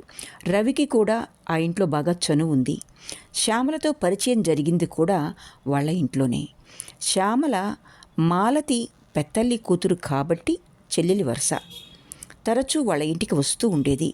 మొట్టమొదటిసారి మాలతి వాళ్ళిద్దరికీ పరిచయం చేసిన రోజున అంతకుముందే కలం స్నేహం ఉండడం వల్ల ఇద్దరూ ఒకరినొకరు తెలుసుకొని ఆశ్చర్యపోయారు. ఆ తర్వాత శ్యామల మాలతి ఇంటికి తరచూ రాకపోకలు సాగించటం, మాలతి, ఆమె భర్త, శ్యామల, రవి నలుగురు గంటల తరబడి సాహిత్య చర్చలు కొనసాగించడం జరుగుతూ ఉండేది. సౌదామిని రేఖల దేవసేన తన తమ్ముడితోనూ తల్లితోనూ ఆ కాలనీలో అడుగుపెట్టి రవి ప్రక్క వాటాలో చేరే వరకు రవికి ఆఫీస్ వేళలు తప్ప మిగిలిన సాయంత్రాలన్నీ మాలతీ వాళ్ళ ఇంట్లోనే చాలా వరకు శ్యామలతోనే చర్చలతో గడిచిపోయేవి. ఏం జరిగింది రవి? రవి మౌనంగా ఆలోచనలలో మునిగిపోవడం చూసి మాలతికి గాభరా ఎక్కువైంది. అంతలో కేశవరావు కూడా వచ్చి పలకరించడంతో తెప్పరిల్లి రవి ఈ లోకంలోకి వచ్చి పడ్డాడు. ఏం జరిగిందో ఎలా చెప్పమంటారు? ఈ 2 రోజుల్లో నేను పడ్డ మానసిక వేదన పగవాళ్ళు కూడా భరించాల్సింది కాదు. రవి మాటలు గంభీరంగా ధ్వనించాయి. అతని కంటికి మోర్గులో చైతన్యరహితమైన దేవసేన మనోహరమైన విగ్రహం, కటకటాల వెనుక నీలి నీడలు పరుచుకొని దైన్యంతో నిండిన శ్యామల ముఖం ఒకదాని వెనుక ఒకటిగా గుర్తుకొచ్చి కల్లోలాన్ని సృష్టించసాగాయి. ఆ ఇద్దరిలోనూ ఒకరిని తను ప్రాణాధికంగా ప్రేమించాడు. మరొకరి చేత అదే విధంగా ప్రేమించబడ్డాడు. దేవసేన మాటలు వినడం కోసం సాయంత్రాలు గదిలోంచి బయటికి కదలక గోడకి చెవి ఆనించి కూర్చునేవాడు. ముందు కాగితాల కట్ట పడేసుకుని శ్యామల వచ్చి చూసి ఏదో రాసుకుంటున్నాడనుకొని డిస్టర్బ్ చేయకుండా వెళ్ళిపోయేది. దేవసేనని చూడటం కోసం వరండా పిట్టగోడ దగ్గర నిలబడి ఆమె ఇంటి గుమ్మానికి వేలాడే అల్లిక పరదా వంక దృష్టి నిలిపి గంటల తరబడి నిరీక్షించేవాడు. శ్యామల చూసి ఏదో ఆలోచనలో ఉన్నాడనుకుని మాలతి ఇంట్లోకి వెళ్ళి యథాలాపంగా పలకరించి వెళ్ళిపోయేది. దేవసేన గురించి తెలుసుకోవాలని, పరిచయం చేసుకోవాలని తనకే కాదు, ఆ కాలనీలో ఉండే అందరికీ ఎంతో ఆసక్తిగా ఉండేది. ఆమె తండ్రి కూడా భారత్ మెటల్ ఫ్యాక్టరీలో సాంకేతిక విభాగంలో పనిచేసేవాడని, పనిచేస్తూ ఉండగా యాక్సిడెంట్కి గురయ్యి చనిపోయాడని, కంపెనీ పెద్ద పెట్టున కాంపెన్సేషన్ ఇచ్చిందని కేశవరావు ద్వారా కొంత, ఆమె తమ్ముడి ద్వారా మరికొంత తెలిసింది. నూనూగు మీసాల వయసులోనే ఇంటి బాధ్యత నెత్తినబడిన రఘు ఎక్కడెక్కడో సబ్బుల కంపెనీలోనూ ఊదు ఒత్తుల కంపెనీలోనూ చిన్న చిన్న పనులు చేసేవాడు. వాళ్ళ అమ్మ కోరిక మీద తనే రైల్వేలో అప్రెంటిస్గా వేయించాడు. ఆ తర్వాత కూడా తను ఆశించినట్లు దేవసేన పరిచయ భాగ్యం సంపాదించలేకపోయాడు. ఆమె ఇంటికి 2-3 సార్లు వెళ్ళినా తను గదిలో కూర్చుంటే ఆమె వంటింట్లోకి వెళ్ళిపోయేది. చివరికి వాళ్ళ అమ్మతోనే మాట్లాడి రావడం జరిగేది. రాను ఆమె పట్ల తన ప్రేమ దృఢమైందే గాని తరగలేదు. ఆమె దగ్గర నుండి ఎటువంటి సంకేతమూ లేకపోయినా సరే. కానీ దేవసేన తలపుల్లో పడి శ్యామలకు దూరం కాసాగాడు తను. మొదటి నుండి తనకి శ్యామల పట్ల అటువంటి ఆకర్షణ ఏదీ లేదు. సరదాగా మాట్లాడేవాడంతే. ఆమె తన ప్రేమని వెల్లడి చేసినా అది అసంభవమని, ఆమెకి తనకి మధ్య డబ్బు అడ్డుగోడగా నిలబడగలదని చెప్పి తప్పించుకునేవాడు. కానీ ఆ మాటలు శ్యామల మనసులో ఎటువంటి మార్పులు తేగలవో అప్పట్లో ఊహించలేకపోయాడు. శ్యామల తలుపుకు వచ్చి రవి కళ్ళు చెమ్మగిల్లాయి. చేతి రుమాలుతో తుడుచుకొని చుట్టూ కలయజూశాడు. కేశవరావు తన ప్రక్క కుర్చీలో కూర్చుని పేపర్ తిరిగేస్తున్నాడు. మాలతి వంటింట్లో ఏదో హడావిడిగా ఉంది. తన పరధ్యానానికి సిగ్గుపడి కుర్చీలో సర్దుకుని కూర్చున్నాడు రవి. ఇంతలో మాలతి 2 ఉప్మా ప్లేట్లతో వచ్చింది. ఒకటి అతని ముందు, ఒకటి కేశవరావు ముందు పెట్టి తిరిగి వెళ్ళి మంచినీళ్ళు తెచ్చింది. పలహారం చేస్తుండగా కేశవరావు అడిగాడు, ఏం జరిగింది రవి? మళ్ళీ పోలీసులు పిలిపించారట? దేవసేన హత్య చేయబడింది, తాపీగా జవాబిచ్చాడు రవి. దంపతులిద్దరి ముఖాల్ని ఆశ్చర్యం ఆవరించింది. ఎప్పుడు? ఎలా జరిగింది అన్న ప్రశ్న ఇద్దరి నోటి నుండి ఒకేసారి వెలువడింది. 2 రోజుల క్రిందట ఇక్కడికి 200 మైళ్ళ దూరంలో బాజీపేటలోని డాక్టర్ వర్మ నర్సింగ్ హోంలో జరిగింది. అంతకుముందు 4 నెలల నుండి దేవసేన అదే ఆసుపత్రిలో క్షయరోగానికి మందు తీసుకుంటోందట. పోలీసులు హత్యా నేరం మీద మన శ్యామలని అనుమానిస్తున్నారు. శ్యామల కనిపించిందా? అవును, కానీ కటకటాల వెనుక కనిపించింది. 6 నెలల నుంచి ఆమె కొరకు ప్రతి చోట గాలిస్తున్నాం మనం. ఆమె మాత్రం ఎవ్వరికీ తెలియకుండా అదే నర్సింగ్ హోంలో నర్సుగా పనిచేస్తూ ఉందట. ఇప్పటికీ తన విషయాలు పోలీసులకు చెప్పి బయటపడడం శ్యామలకి ఇష్టం లేదు. అబద్ధం. శ్యామల ఉత్త భయస్థురాలు. హత్య ఎలా చేస్తుంది? పెదనాన్నగారి కోరిక మీద మెడిసిన్లో చేరిందే గాని ఆ కప్పల్ని కోయడం అంటేనే వణుకు పుట్టేది దానికి. నువ్వు కాస్త ఊరుకో మాలతి, వివరాలు తెలుసుకొని. శ్యామలని కలుసుకున్నావా రవి? ఆమె ఏముంటోంది? నోరు విప్పి ఒక్క మాట మాట్లాడడం లేదు. తనకేమీ పట్టనట్లే మౌనంగా హత్యా నేరం ఒప్పుకొని తలకి ఉరిత్రాడు పూలమాలలా ధరించడానికి సిద్ధంగా ఉంది. నన్ను చూసి కూడా గుర్తించనట్లే నటించింది. నేను కూడా అలాగే ప్రవర్తించాను. ఎందుకని? ఎందుకంటే అక్కడితో కేసు ముగిసిపోతుంది గనక. హత్య జరగడానికి కావలసిన కారణాల కోసమే పోలీసులు గాలిస్తున్నారు. విషయం బయటపడినట్లయితే సులువుగా ఆమె మీద హత్యా నేరం బలపడుతుంది. ఈ విషయం పెదనాన్నగారికి తెలుసా? తెలిసే ఊరుకున్నారా? అతనికి ఇంకా తెలియదు. మనం చెప్పడం కూడా మంచి పని కాదు. అతను గాభరాతో అక్కడికి వెళ్ళడం, పోలీసులకు కావలసిన సమాచారాలు అందడం జరుగుతాయి. అయితే ఏం చేయాలంటావు? కేశవరావు ఆతృతతో అడిగాడు. ఆమె తరఫున రహస్యంగా పరిశోధన జరపాలి. కేసు ట్రయల్కి వెళ్ళి ముగిసిపోయేలోగా ఆమె నిర్దోషిత్వాన్ని బయటపెట్టి అసలు హంతకుని జాడలు పోలీసుల దృష్టికి తేగలగాలి. ముఖ్యంగా దేవసేన వివాహం జరిగిన తర్వాత గడిపిన జీవితాన్ని తవ్వి తెలుసుకోవాలి. ఎలా తెలుసుకోవాలంటావు? ఎవరైనా డిటెక్టివ్ని కలుసుకుంటే మంచిదేమో. డిటెక్టివ్ కన్నా కేసుని వీలైనంత వరకు సాగదీసి జాప్యం చేయగలిగే మంచి లాయర్ అవసరం ఎంతైనా ఉంది. ఈలోగా మనమే విషయాన్ని పరిశోధించి తెలుసుకోవాలి. మనమా అంటే నువ్వు నేనునా? నవ్వుతూ అన్నాడు కేశవరావు. ఇదేం పత్రికకి సమాచారం సేకరించడం అనుకున్నావేమిటి అని కేశవరావుని చేసైగతో వారించి జరిగిన సంగతంతా క్లుప్తంగా చెప్పిన తర్వాత అన్నాడు రవి. శంకర్రావు ఎవరో చెప్పిన మీదట డబ్బుకి లోభించి దేవసేనని పెళ్లి చేసుకున్నాడు. ఆ తరువాత రహస్యంగా ఆ ఊర్లో కాపురం పెట్టాడు. అతనికి ఆ డబ్బు ఇస్తామన్న వారెవరో తెలిస్తే పరిశోధన ముందుకు నడుస్తుంది. అనుకోని విధంగా జరిగిన ఇన్స్పెక్టర్ శేఖర్ రాక వల్ల శంకరం నుండి ఆ విషయం తెలుసుకోవడానికి అవకాశం లేకపోయింది. ఆ అన్నా చెల్లెళ్ళ విషయం ఏమిటి? వాళ్ళిద్దరిలో ఎవరు ఈ హత్య చేశారనుకోను. ఇద్దరికిద్దరూ పల్లెటూళ్ళలో పుట్టి పెరిగిన వాళ్ళు. పెతిడిన్ ప్రయోగంతో ఇంత నేర్పుగా హత్య చేసేపాటి తెలివితేటలు వాళ్లకుండవు.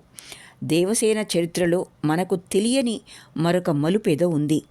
ఆమె వివాహ విషయంలో జోక్యం చేసుకున్న వ్యక్తి హత్యకు ముందు రోజు ఆమెను చూడటానికి వచ్చిన వ్యక్తి ఒక్కరే అయి ఉండవచ్చు. అతనెవరో తెలుసుకోవడం ముఖ్యం. అయితే అతను శంకర్రావు మామయ్య అయి ఉంటాడు. భాగ్యపురి నుండి దేవసేన భర్తకి దూరపు బంధువెవరో వచ్చినట్లు డాక్టర్ వర్మ చెప్పాడన్నావుగా. రవి ఉత్సాహంతో చిటిక వేశాడు. నిజమే, ఈ విషయం నేను ఆలోచించలేదు అంటూ. అంతవరకు వాళ్ళ సంభాషణ వింటున్న మాలతి పక్కపక్క నవ్వింది. మొత్తానికిద్దరూ డిటెక్టివ్లు అయిపోతున్నారు అంటూ. నవ్వకు. కేశవరావు చిరాగ్గా భార్య వంక చూశాడు. నీకు దేవసేన గురించి తెలిసిందేమన్నా ఉంటే చెప్పు. మీ ఆడవాళ్ళకి కొన్ని లోగుట్లు తప్పక తెలుస్తాయి. నాకేం తెలుస్తుంది? ఆవిడ ఎవరితోనైనా పెదవి విప్పి మాట్లాడితే కదా. రేణుకకి ఏదన్నా తెలుసునేమో. రవి జైలుకెళ్ళిన రోజు నిషీధిలో వాళ్ళిద్దరూ ఏదో చాలాసేపు మాట్లాడుకున్నారు. వర్షపు జల్లు పడుతోందని కిటికీ తలుపులు బిగించడానికి వెళ్ళిన నేను వరండాలోని పిట్టగోడ దగ్గర నిల్చున్న ఇద్దరిని స్పష్టంగా చూడగలిగాను. ఆ మరుసటి రోజు ఏనాడు గడప దాటి ఎరుగని దేవసేన రేణుకతో కలిసి ఎక్కడికో బయలుదేరడం మాత్రం కళ్ళారా చూసి ఆశ్చర్యపోయాను. నిజమా? మాలతి మాటలకి విస్తుపోతూ అడిగాడు రవి. దేవసేన రేణుకతో కలిసి బయటకు వెళ్ళిందా? ఏదో ఆలోచన స్ఫురించగానే కుర్చీలోంచి లేచి నిలబడ్డాడు రవి. రేణుక ఇంకా ఇంటికి రాలేదు నవ్వుతూ అంది మాలతి. రేణుక ఈ సమయంలో ఎక్కడుంటుందో నాకు తెలుసు. శివాజీ థియేటర్ ప్రక్కనున్న సందులో పచ్చరంగు మేడలో ఉంటుంది జవాబిచ్చాడు రవి. అది చలపతి మేడ కదూ? ఆశ్చర్యంతో అడిగాడు కేశవరావు. అవును, చలపతి మేడే. చలపతి మేడే కానీ చలపతి ఉండే మేడ మాత్రం కాదు. కార్యాలయం అన్నా కార్యస్థలం అన్నా బాగుంటుంది. నీకు చలపతి విషయాలు చాలా తెలుసులా ఉంది.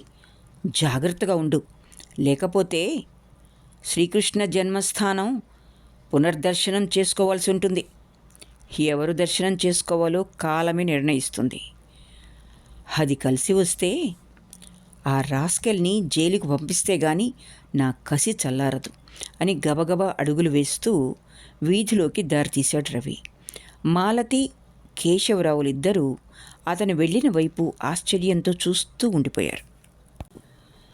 నా పేరు గంగాధరం, యూనివర్సిటీలో వైస్ ఛాన్సలర్ని. తనని తాను పరిచయం చేసుకుంటూ శేఖర్తో కరచాలనం చేశాడు గంగాధరం. శేఖర్ దృష్టి గంగాధరం వెనుక ఫుల్ సూట్లో ఉన్న వ్యక్తి మీద పడింది. అతనెవరు? ప్రశ్నించాడు శేఖర్. పోలీస్ స్టేషన్ చుట్టూ కలియజూస్తున్న ఆ వ్యక్తి శేఖర్ ప్రశ్న విని తనంత తనే ముందుకొచ్చి అతనితో కరచాలనం చేస్తూ పరిచయం చేసుకున్నాడు. నా పేరు విద్యాసాగర్, మీకు తెలిసే ఉంటుంది. నేను క్రిమినల్ లాయర్ని. Glad to meet you. మీ గురించి వినడమే కానీ చూడడం తటస్థపడలేదు. శ్యామల తరఫున పనిచేయడానికి వచ్చారా? అడిగాడు శేఖర్. అతని కనుబొమ్మలు ముడిపడి విద్యాసాగర్ని నిశితంగా పరిశీలించాయి. విద్యాసాగర్ కుర్చీని దగ్గరకు లాక్కొని కూర్చున్నాడు. శేఖర్ కూడా కూర్చుంటూ గంగాధరాన్ని ప్రశ్నించాడు. శ్యామల గత 6 నెలలుగా ఈ ఊళ్ళోని డాక్టర్ వర్మ నర్సింగ్ హోంలో నర్సుగా పనిచేస్తోంది. మీకు ఈ విషయం తెలుసా అని ప్రశ్నించాడు. ముందు నేను శ్యామలని చూడాలనుకుంటున్నాను ఇన్స్పెక్టర్. ఆ తరువాత మీ ప్రశ్నలకి జవాబులు ఇవ్వగలను అన్నాడు గంగాధరం. మిస్టర్ శేఖర్, నేను కూడా నా క్లయింట్ని ఒక మారు చూడాలనుకుంటున్నాను. షూర్, రండి తీసుకెళ్తాను. కుర్చీలోంచి లేచి శ్యామలని ఉంచిన సెల్ వైపు బయలుదేరాడు శేఖర్. గంగాధరం, సాగర్ ఇద్దరూ అతన్ని అనుసరించారు. తండ్రిని చూడగానే శ్యామల దుఃఖాన్ని ఆపుకోలేక బావురుమని ఏడ్చింది. ఊరుకో శ్యామల, ధైర్యంగా ఉండు. నువ్వు హత్య చెయ్యలేదని నాకు తెలుసు. అందుకే ఇన్స్పెక్టర్ నుండి కబురు అందగానే పేరు మోసిన లాయర్ విద్యాసాగర్ని తీసుకొచ్చాను.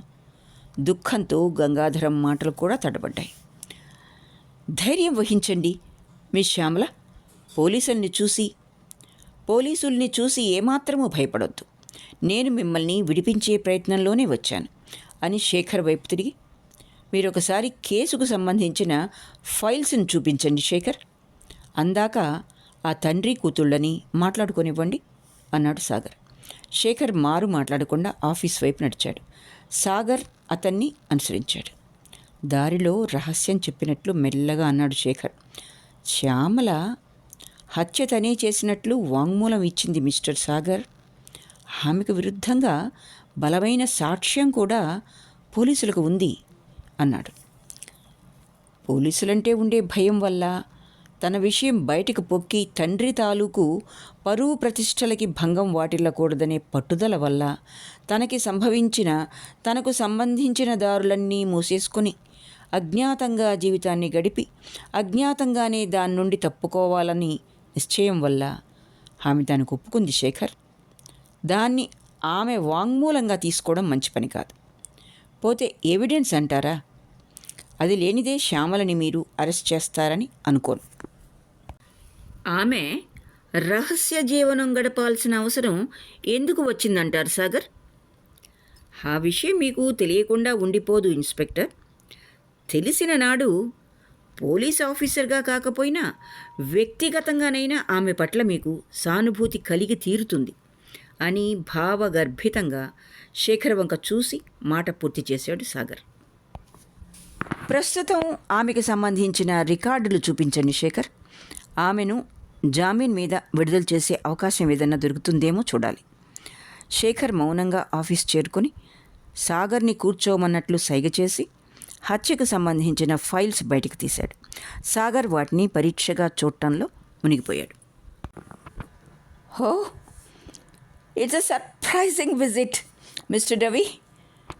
ఇలా వచ్చారే? రావాల్సి వచ్చింది మిస్ రేణుక. ఏమైనా ఈ భవనంలోకి అడుగుపెట్టిన వారు మరొకసారి రాకుండా పోలేరు. అలా అయితే కూర్చోండి మిస్టర్ రవి, ఇవాళ మీరు నాకు అతిథులు సరా.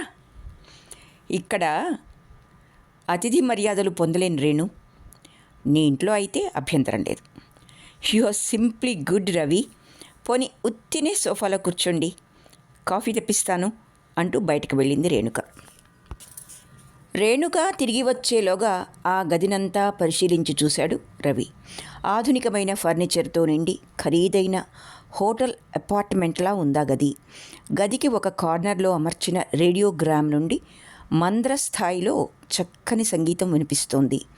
రవి ఆ సంగీతానికి అనుగుణంగా లయ వేస్తుండగా రేణుక కాఫీ ట్రేతో పాటు తిరిగి వచ్చింది.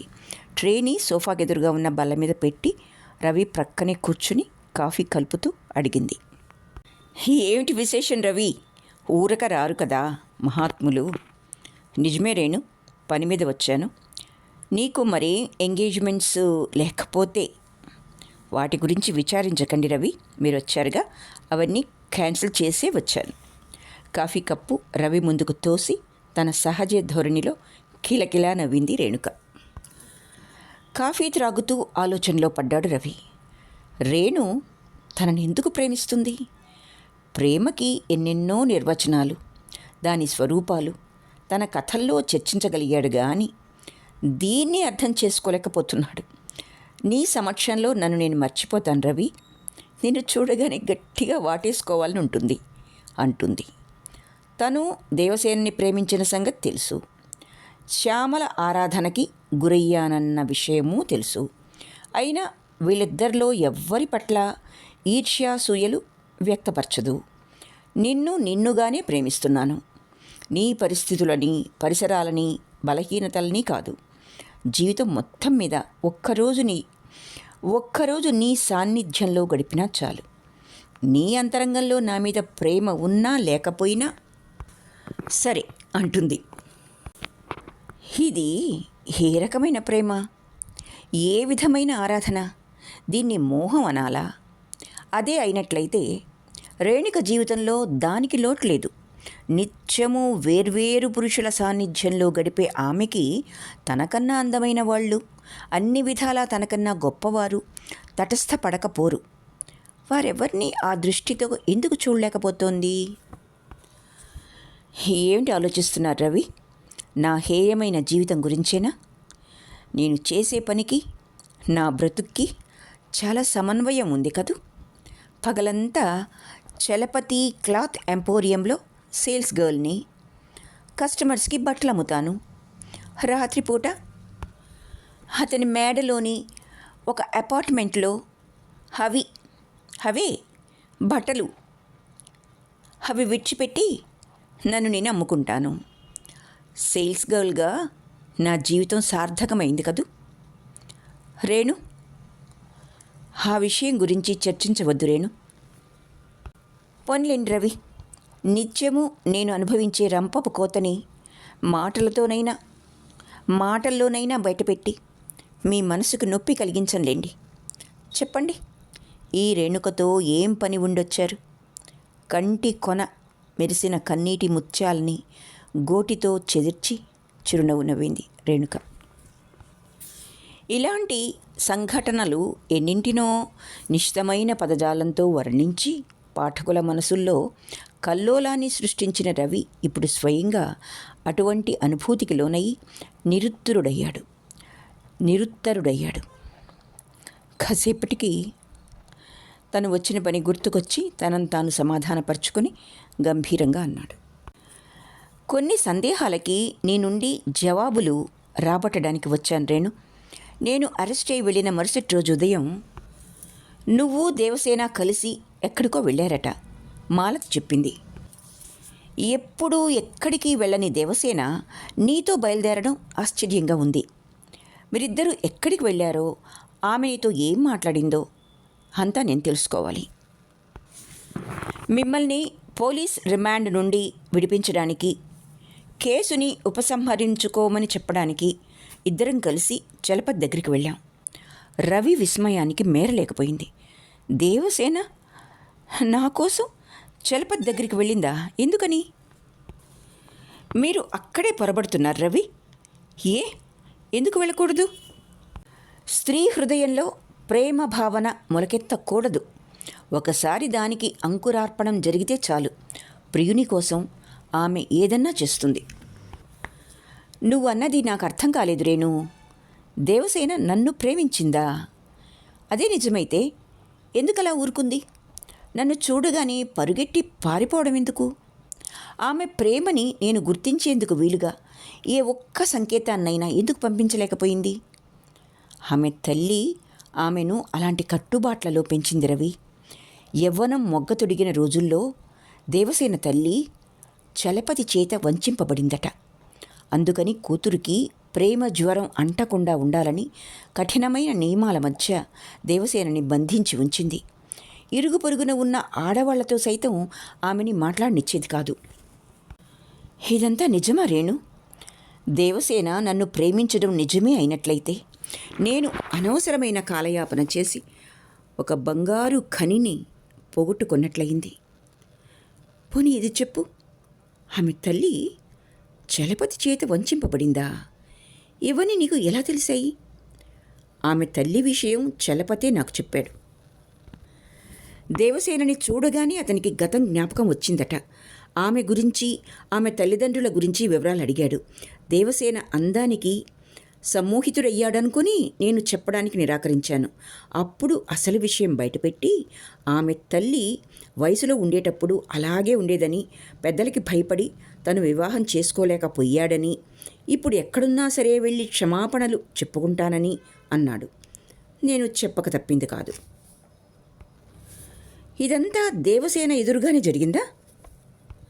లేదు. సందేహానికి తావు లేకుండా మొదటి నుంచి చెప్తాను వినండి రవి. మీరు అరెస్ట్ అయిన రోజు రాత్రి ఎప్పట్లాగే ఈ గదిలో నా పని ముగించుకొని 11 గంటల ప్రాంతంలో ఇంటికి చేరుకున్నాను. నా గది తాళం తీస్తూ వరండాలో పిట్టగోడ దగ్గర ఒంటరిగా నిలబడి ఏవో ఆలోచనల్లో మునిగిపోయిన దేవసేనను చూసి దగ్గరికి వెళ్ళి పలకరించాను. సానుభూతితో పలకరించేవారు కనపడటంతో ఆమె మనసు విప్పి నాతో మాట్లాడింది. తల్లి ఏర్పరిచిన కఠినమైన నిబంధనల వల్ల మరొకరితో మాట్లాడే వీలు లేక ఆమె డైరీ వ్రాయడం అలవాటు చేసుకుంది. ఆ డైరీతోనే తన గాథలు, బాధలు అన్నీ చెప్పుకునేది. ఆ డైరీ కూడా నాకు ఆ రోజు తెచ్చి చూపించింది. దాంతో ఆమెకి మీ మీద ఉన్న ప్రేమ అర్థమయ్యి నా మనసు కరిగిపోయింది. మీరు జైలుకి వెళ్ళడం వల్ల ఒకవేళ మిమ్మల్ని పెళ్లాడే అవకాశం ఉన్నా అది చేజారిపోయిందని, జైలుకి వెళ్ళి వచ్చిన వ్యక్తితో తన తల్లి వివాహానికి అంగీకరించదని చెప్పింది దేవసేన. మిమ్మల్ని విడిపించడానికి ఉపాయం ఉందనగానే దానికోసం ఏదైనా చేస్తానంది. మర్నాడు ఉదయం ఏదో సాకు చెప్పి నాతో బయలుదేరి రమ్మన్నాను. చలపతి దగ్గరికి వెళ్ళి కేసుని వాపస్ తీసుకుంటే చాలని, నిన్ను చూడగానే దానికి మొగ్గవచ్చని చెప్పాను. సరేనని నా దగ్గర మాట తీసుకుంది. మర్నాడు ఇద్దరం విడివిడిగా వీధి చివరి దాకా వెళ్ళి అక్కడి నుంచి ఒకే రిక్షాలో ఎక్కాం. మాలతి మమ్మల్ని చూడటం గమనించలేదు. నువ్వు పొరబడ్డావు రేణు. చలపతి లాంటి వ్యక్తి దీనికి ఒప్పుకుంటాడని ఎలా అనుకున్నావు? దేవసేనను చూసి ఒప్పుకుంటాడనుకున్నాను. నిజానికి ఒప్పుకునేవాడే, కానీ మీరు ఆయన మీద మార్గదర్శిలో మరీ దారుణంగా వ్రాశారు. కేసు వాపస్ తీసుకుంటే ఆ ఆరోపణలో నిజము ఉన్నట్లు నమ్మకం కలుగుతుందని, పోలీసులు అనుమానించగలరని అన్నాడు. శిక్ష తగ్గించే ఏర్పాటు చేస్తానన్నాడు. ఏమాత్రం తగ్గించాడే? వ్యంగ్యంగా అడిగాడు రవి. మీరు నిజాన్ని ఒప్పుకోక తప్పదు రవి. చలపతి తలుచుకుంటే మీకు 1-2 సంవత్సరాలు శిక్ష పడేది. అతను కలగజేసుకోకపోవడం వల్లనే 3 మాసాల్లో బయటపడ్డారు.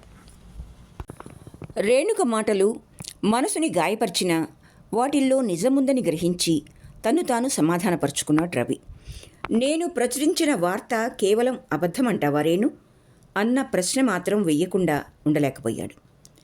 అలాగని ఎవరన్నారు రవి? అది నిజమే అయినా దానికి సరైన ఆధారాలు లేవు. మీరు కోర్టులో చూపించినవేవి దాన్ని రుజువు చేయలేకపోయాయి కదా. అప్పటికింకా నీతో పరిచయం ఏర్పడలేదు రేణు. లేకుంటే అది నిజమేనని రుజువు చేసి ఉండేవాణ్ణి. రేణుక జవాబు ఇవ్వలేదు. చిన్న చిరునవ్వు నవ్వి ఊరుకుంది. కాసేపు ఇద్దరి మధ్య మౌనం చోటు చేసుకున్న తరువాత రేణుకే ముందుగా మాట్లాడింది. ఇవన్నీ ఎందుకు అడుగుతున్నారో తెలుసుకోవచ్చా రవి? నువ్వు తెలుసుకోవాల్సిందే రేణు. అంతేకాదు, ఈ విషయంలో నీ సహాయం కూడా నాకు కావాలి. 2 రోజుల క్రిందట దేవసేన హత్య చేయబడింది. హత్య? దేవసేన హత్య చేయబడిందా? వివాహమయ్యి సుఖంగా కాలం గడపాల్సింది పోయి హత్య పాలయ్యిందా? ఎలా జరిగింది రవి? రవి తగ్గు స్వరంతో వివరాలన్నీ పూసగుచ్చినట్లు రేణుకుతో చెప్పి, అందుకే నీ సహాయం కావాలన్నాను రేణు. దేవసేన వివాహం ఏ పరిస్థితుల్లో జరిగిందో నీకు తెలుసా అని అడిగాడు. దేవసేన తల్లి విషయం తెలిసిన మర్నాడే చలపతి తన కారులో మన కాలనీకి వచ్చాడు. తనతో పాటు మరొక వ్యక్తిని వెంటబెట్టుకొని వచ్చాడు. చలపతి మన కాలనీకి వచ్చాడా? మాలతి ఆ విషయం చెప్పలేదే అడిగాడు రవి. సాయంత్రం 5 గంటల ప్రాంతంలో వచ్చాడు. ఆ రోజు ఆదివారం కావటం వల్ల నేను ఇంట్లోనే ఉన్నాను. మాలతి వాళ్ళు బహుశా సినిమాకి వెళ్ళి ఉండవచ్చు. చలపతి దేవసేన తల్లితో ఏం మాట్లాడాడో తెలియదు. తర్వాత కొన్ని రోజుల్లోనే దేవసేన పెళ్లి జరిగిపోవటం, వాళ్ళు ఆ ఇల్లు ఖాళీ చేసి వెళ్ళిపోవడం జరిగింది. దేవసేన పెళ్లికి నువ్వు వెళ్ళావా రేణు? వెళ్ళాను. ఆ రోజు చలపతితో పాటు కాలనీకి వచ్చిన వ్యక్తే వరుడు. జోడీ చాలా బాగుందని అందరూ అనుకున్నారు. చలపతే పూనుకొని పెళ్లి జరిపించాడు. దేవసేన భర్త పేరు నీకు తెలుసా రేణు?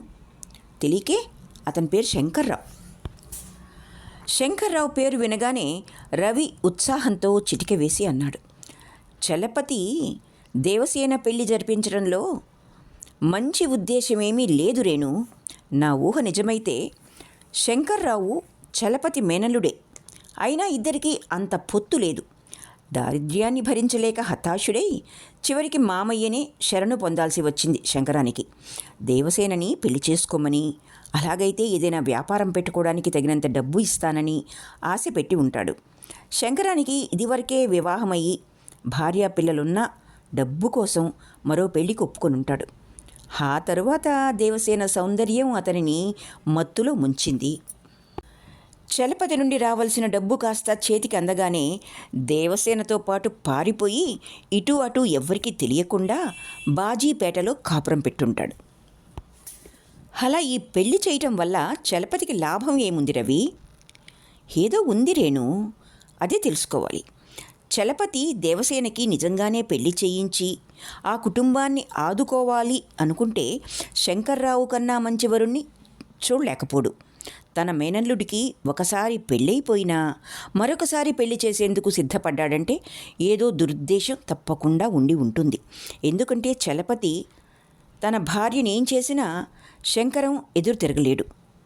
2 సార్లు వివాహం చేసుకున్నందుకు చట్టం శిక్షించక మానదు. దేవసేనని వివాహమాడేందుకు డబ్బు ఇవ్వడానికి కూడా దాన్ని సూచిస్తోంది. అదిగాక దేవసేన బంగారు గుడ్లు పెట్టే బాతు అనే సంగతి మర్చిపోతున్నావు. చలపతి ఆమెని అంత సులువుగా వదులుకోలేడు. నిజమే రవి, నేను ఆ విధంగా ఆలోచించలేకపోయాను. దేవసేన తల్లితో తనకున్న భగ్న ప్రణయాన్ని, ప్రేమని పురస్కరించుకొని ఆ కుటుంబానికి ఏదో ఇంత మేలు చేశాడు అనుకున్నాను కానీ ఇంత నేర్పుగా ఆమెని బుట్టలో వేస్తాడు అనుకోలేదు. ఇంతకీ ఇప్పుడేం చేయాలి రవి? చలపతి తన నేరాన్ని తేలికగా ఒప్పుకుంటాడంటావా? అదే ఆలోచించాలి. చలపతి లాంటి వ్యక్తి ఉత్తుత్తి బెదిరింపులకు లొంగడు. దేవసేన శంకరంతో కలిసి తనను మోసగించినందుకు వాళ్ల మీద కోపమైతే అతనికి ఉండవచ్చు కానీ హత్య చేశాడనడానికి అదొక్కటే కారణం చాలదు. అతనికి దేవసేనకి హత్య జరిగిన ముందు రోజు హాస్పిటల్ ఆవరణలో జరిగిన సంభాషణ ఏమిటో తెలిస్తే కొంతవరకు విషయాన్ని ఊహించవచ్చు. డాక్టర్ వర్మ ఆ సంభాషణని వినటానికి అవకాశాలు ఉన్నాయి కానీ విన్నాడో లేదో తెలియదు. ఈ పరిశోధనకి ఏదైనా కొస అంటూ దొరికితే దాన్ని పట్టుకొని ముందుకు వెళ్ళవచ్చు. నీ సహాయం అవసరమైతే తిరిగి వస్తాను రేణు అంటూ బయటికి వెళ్ళడానికి సోఫాలోంచి లేచాడు రవి. రేణుక అతని చెయ్యి పట్టుకుని ఆపు చేసింది. నాకివ్వాల్సింది ఇవ్వకుండానే వెళ్ళిపోతారా రవి అంటూ. రవి ఆగి భావగర్భితంగా ఆమె కళ్ళల్లోకి చూశాడు. నీ ప్రేమని నిర్వచించడానికి నాకు మాటలు దొరకటం లేదు రేణు అంటూ చేతులు చాపాడు. రేణుక గువ్వల అతని కౌగిలిలో ఒదిగిపోయింది. ఆమె ముఖాన్ని 2 చేతుల్లో ఇముడ్చుకొని ముందుకు వంగాడు రవి. ఇద్దరి పెదాలు ఒక్కసారి కలుసుకొని మళ్ళీ విడివడిపోయాయి. ఇక్కడితో ఏ శ్రీధర్ గారి అపరాధ పరిశోధన రచన డిటెక్టివ్ కథ బంధ విముక్త మొదటి భాగం పూర్తి అయింది. రెండో భాగం త్వరలోనే. ఆలకించినందుకు ధన్యవాదాలు.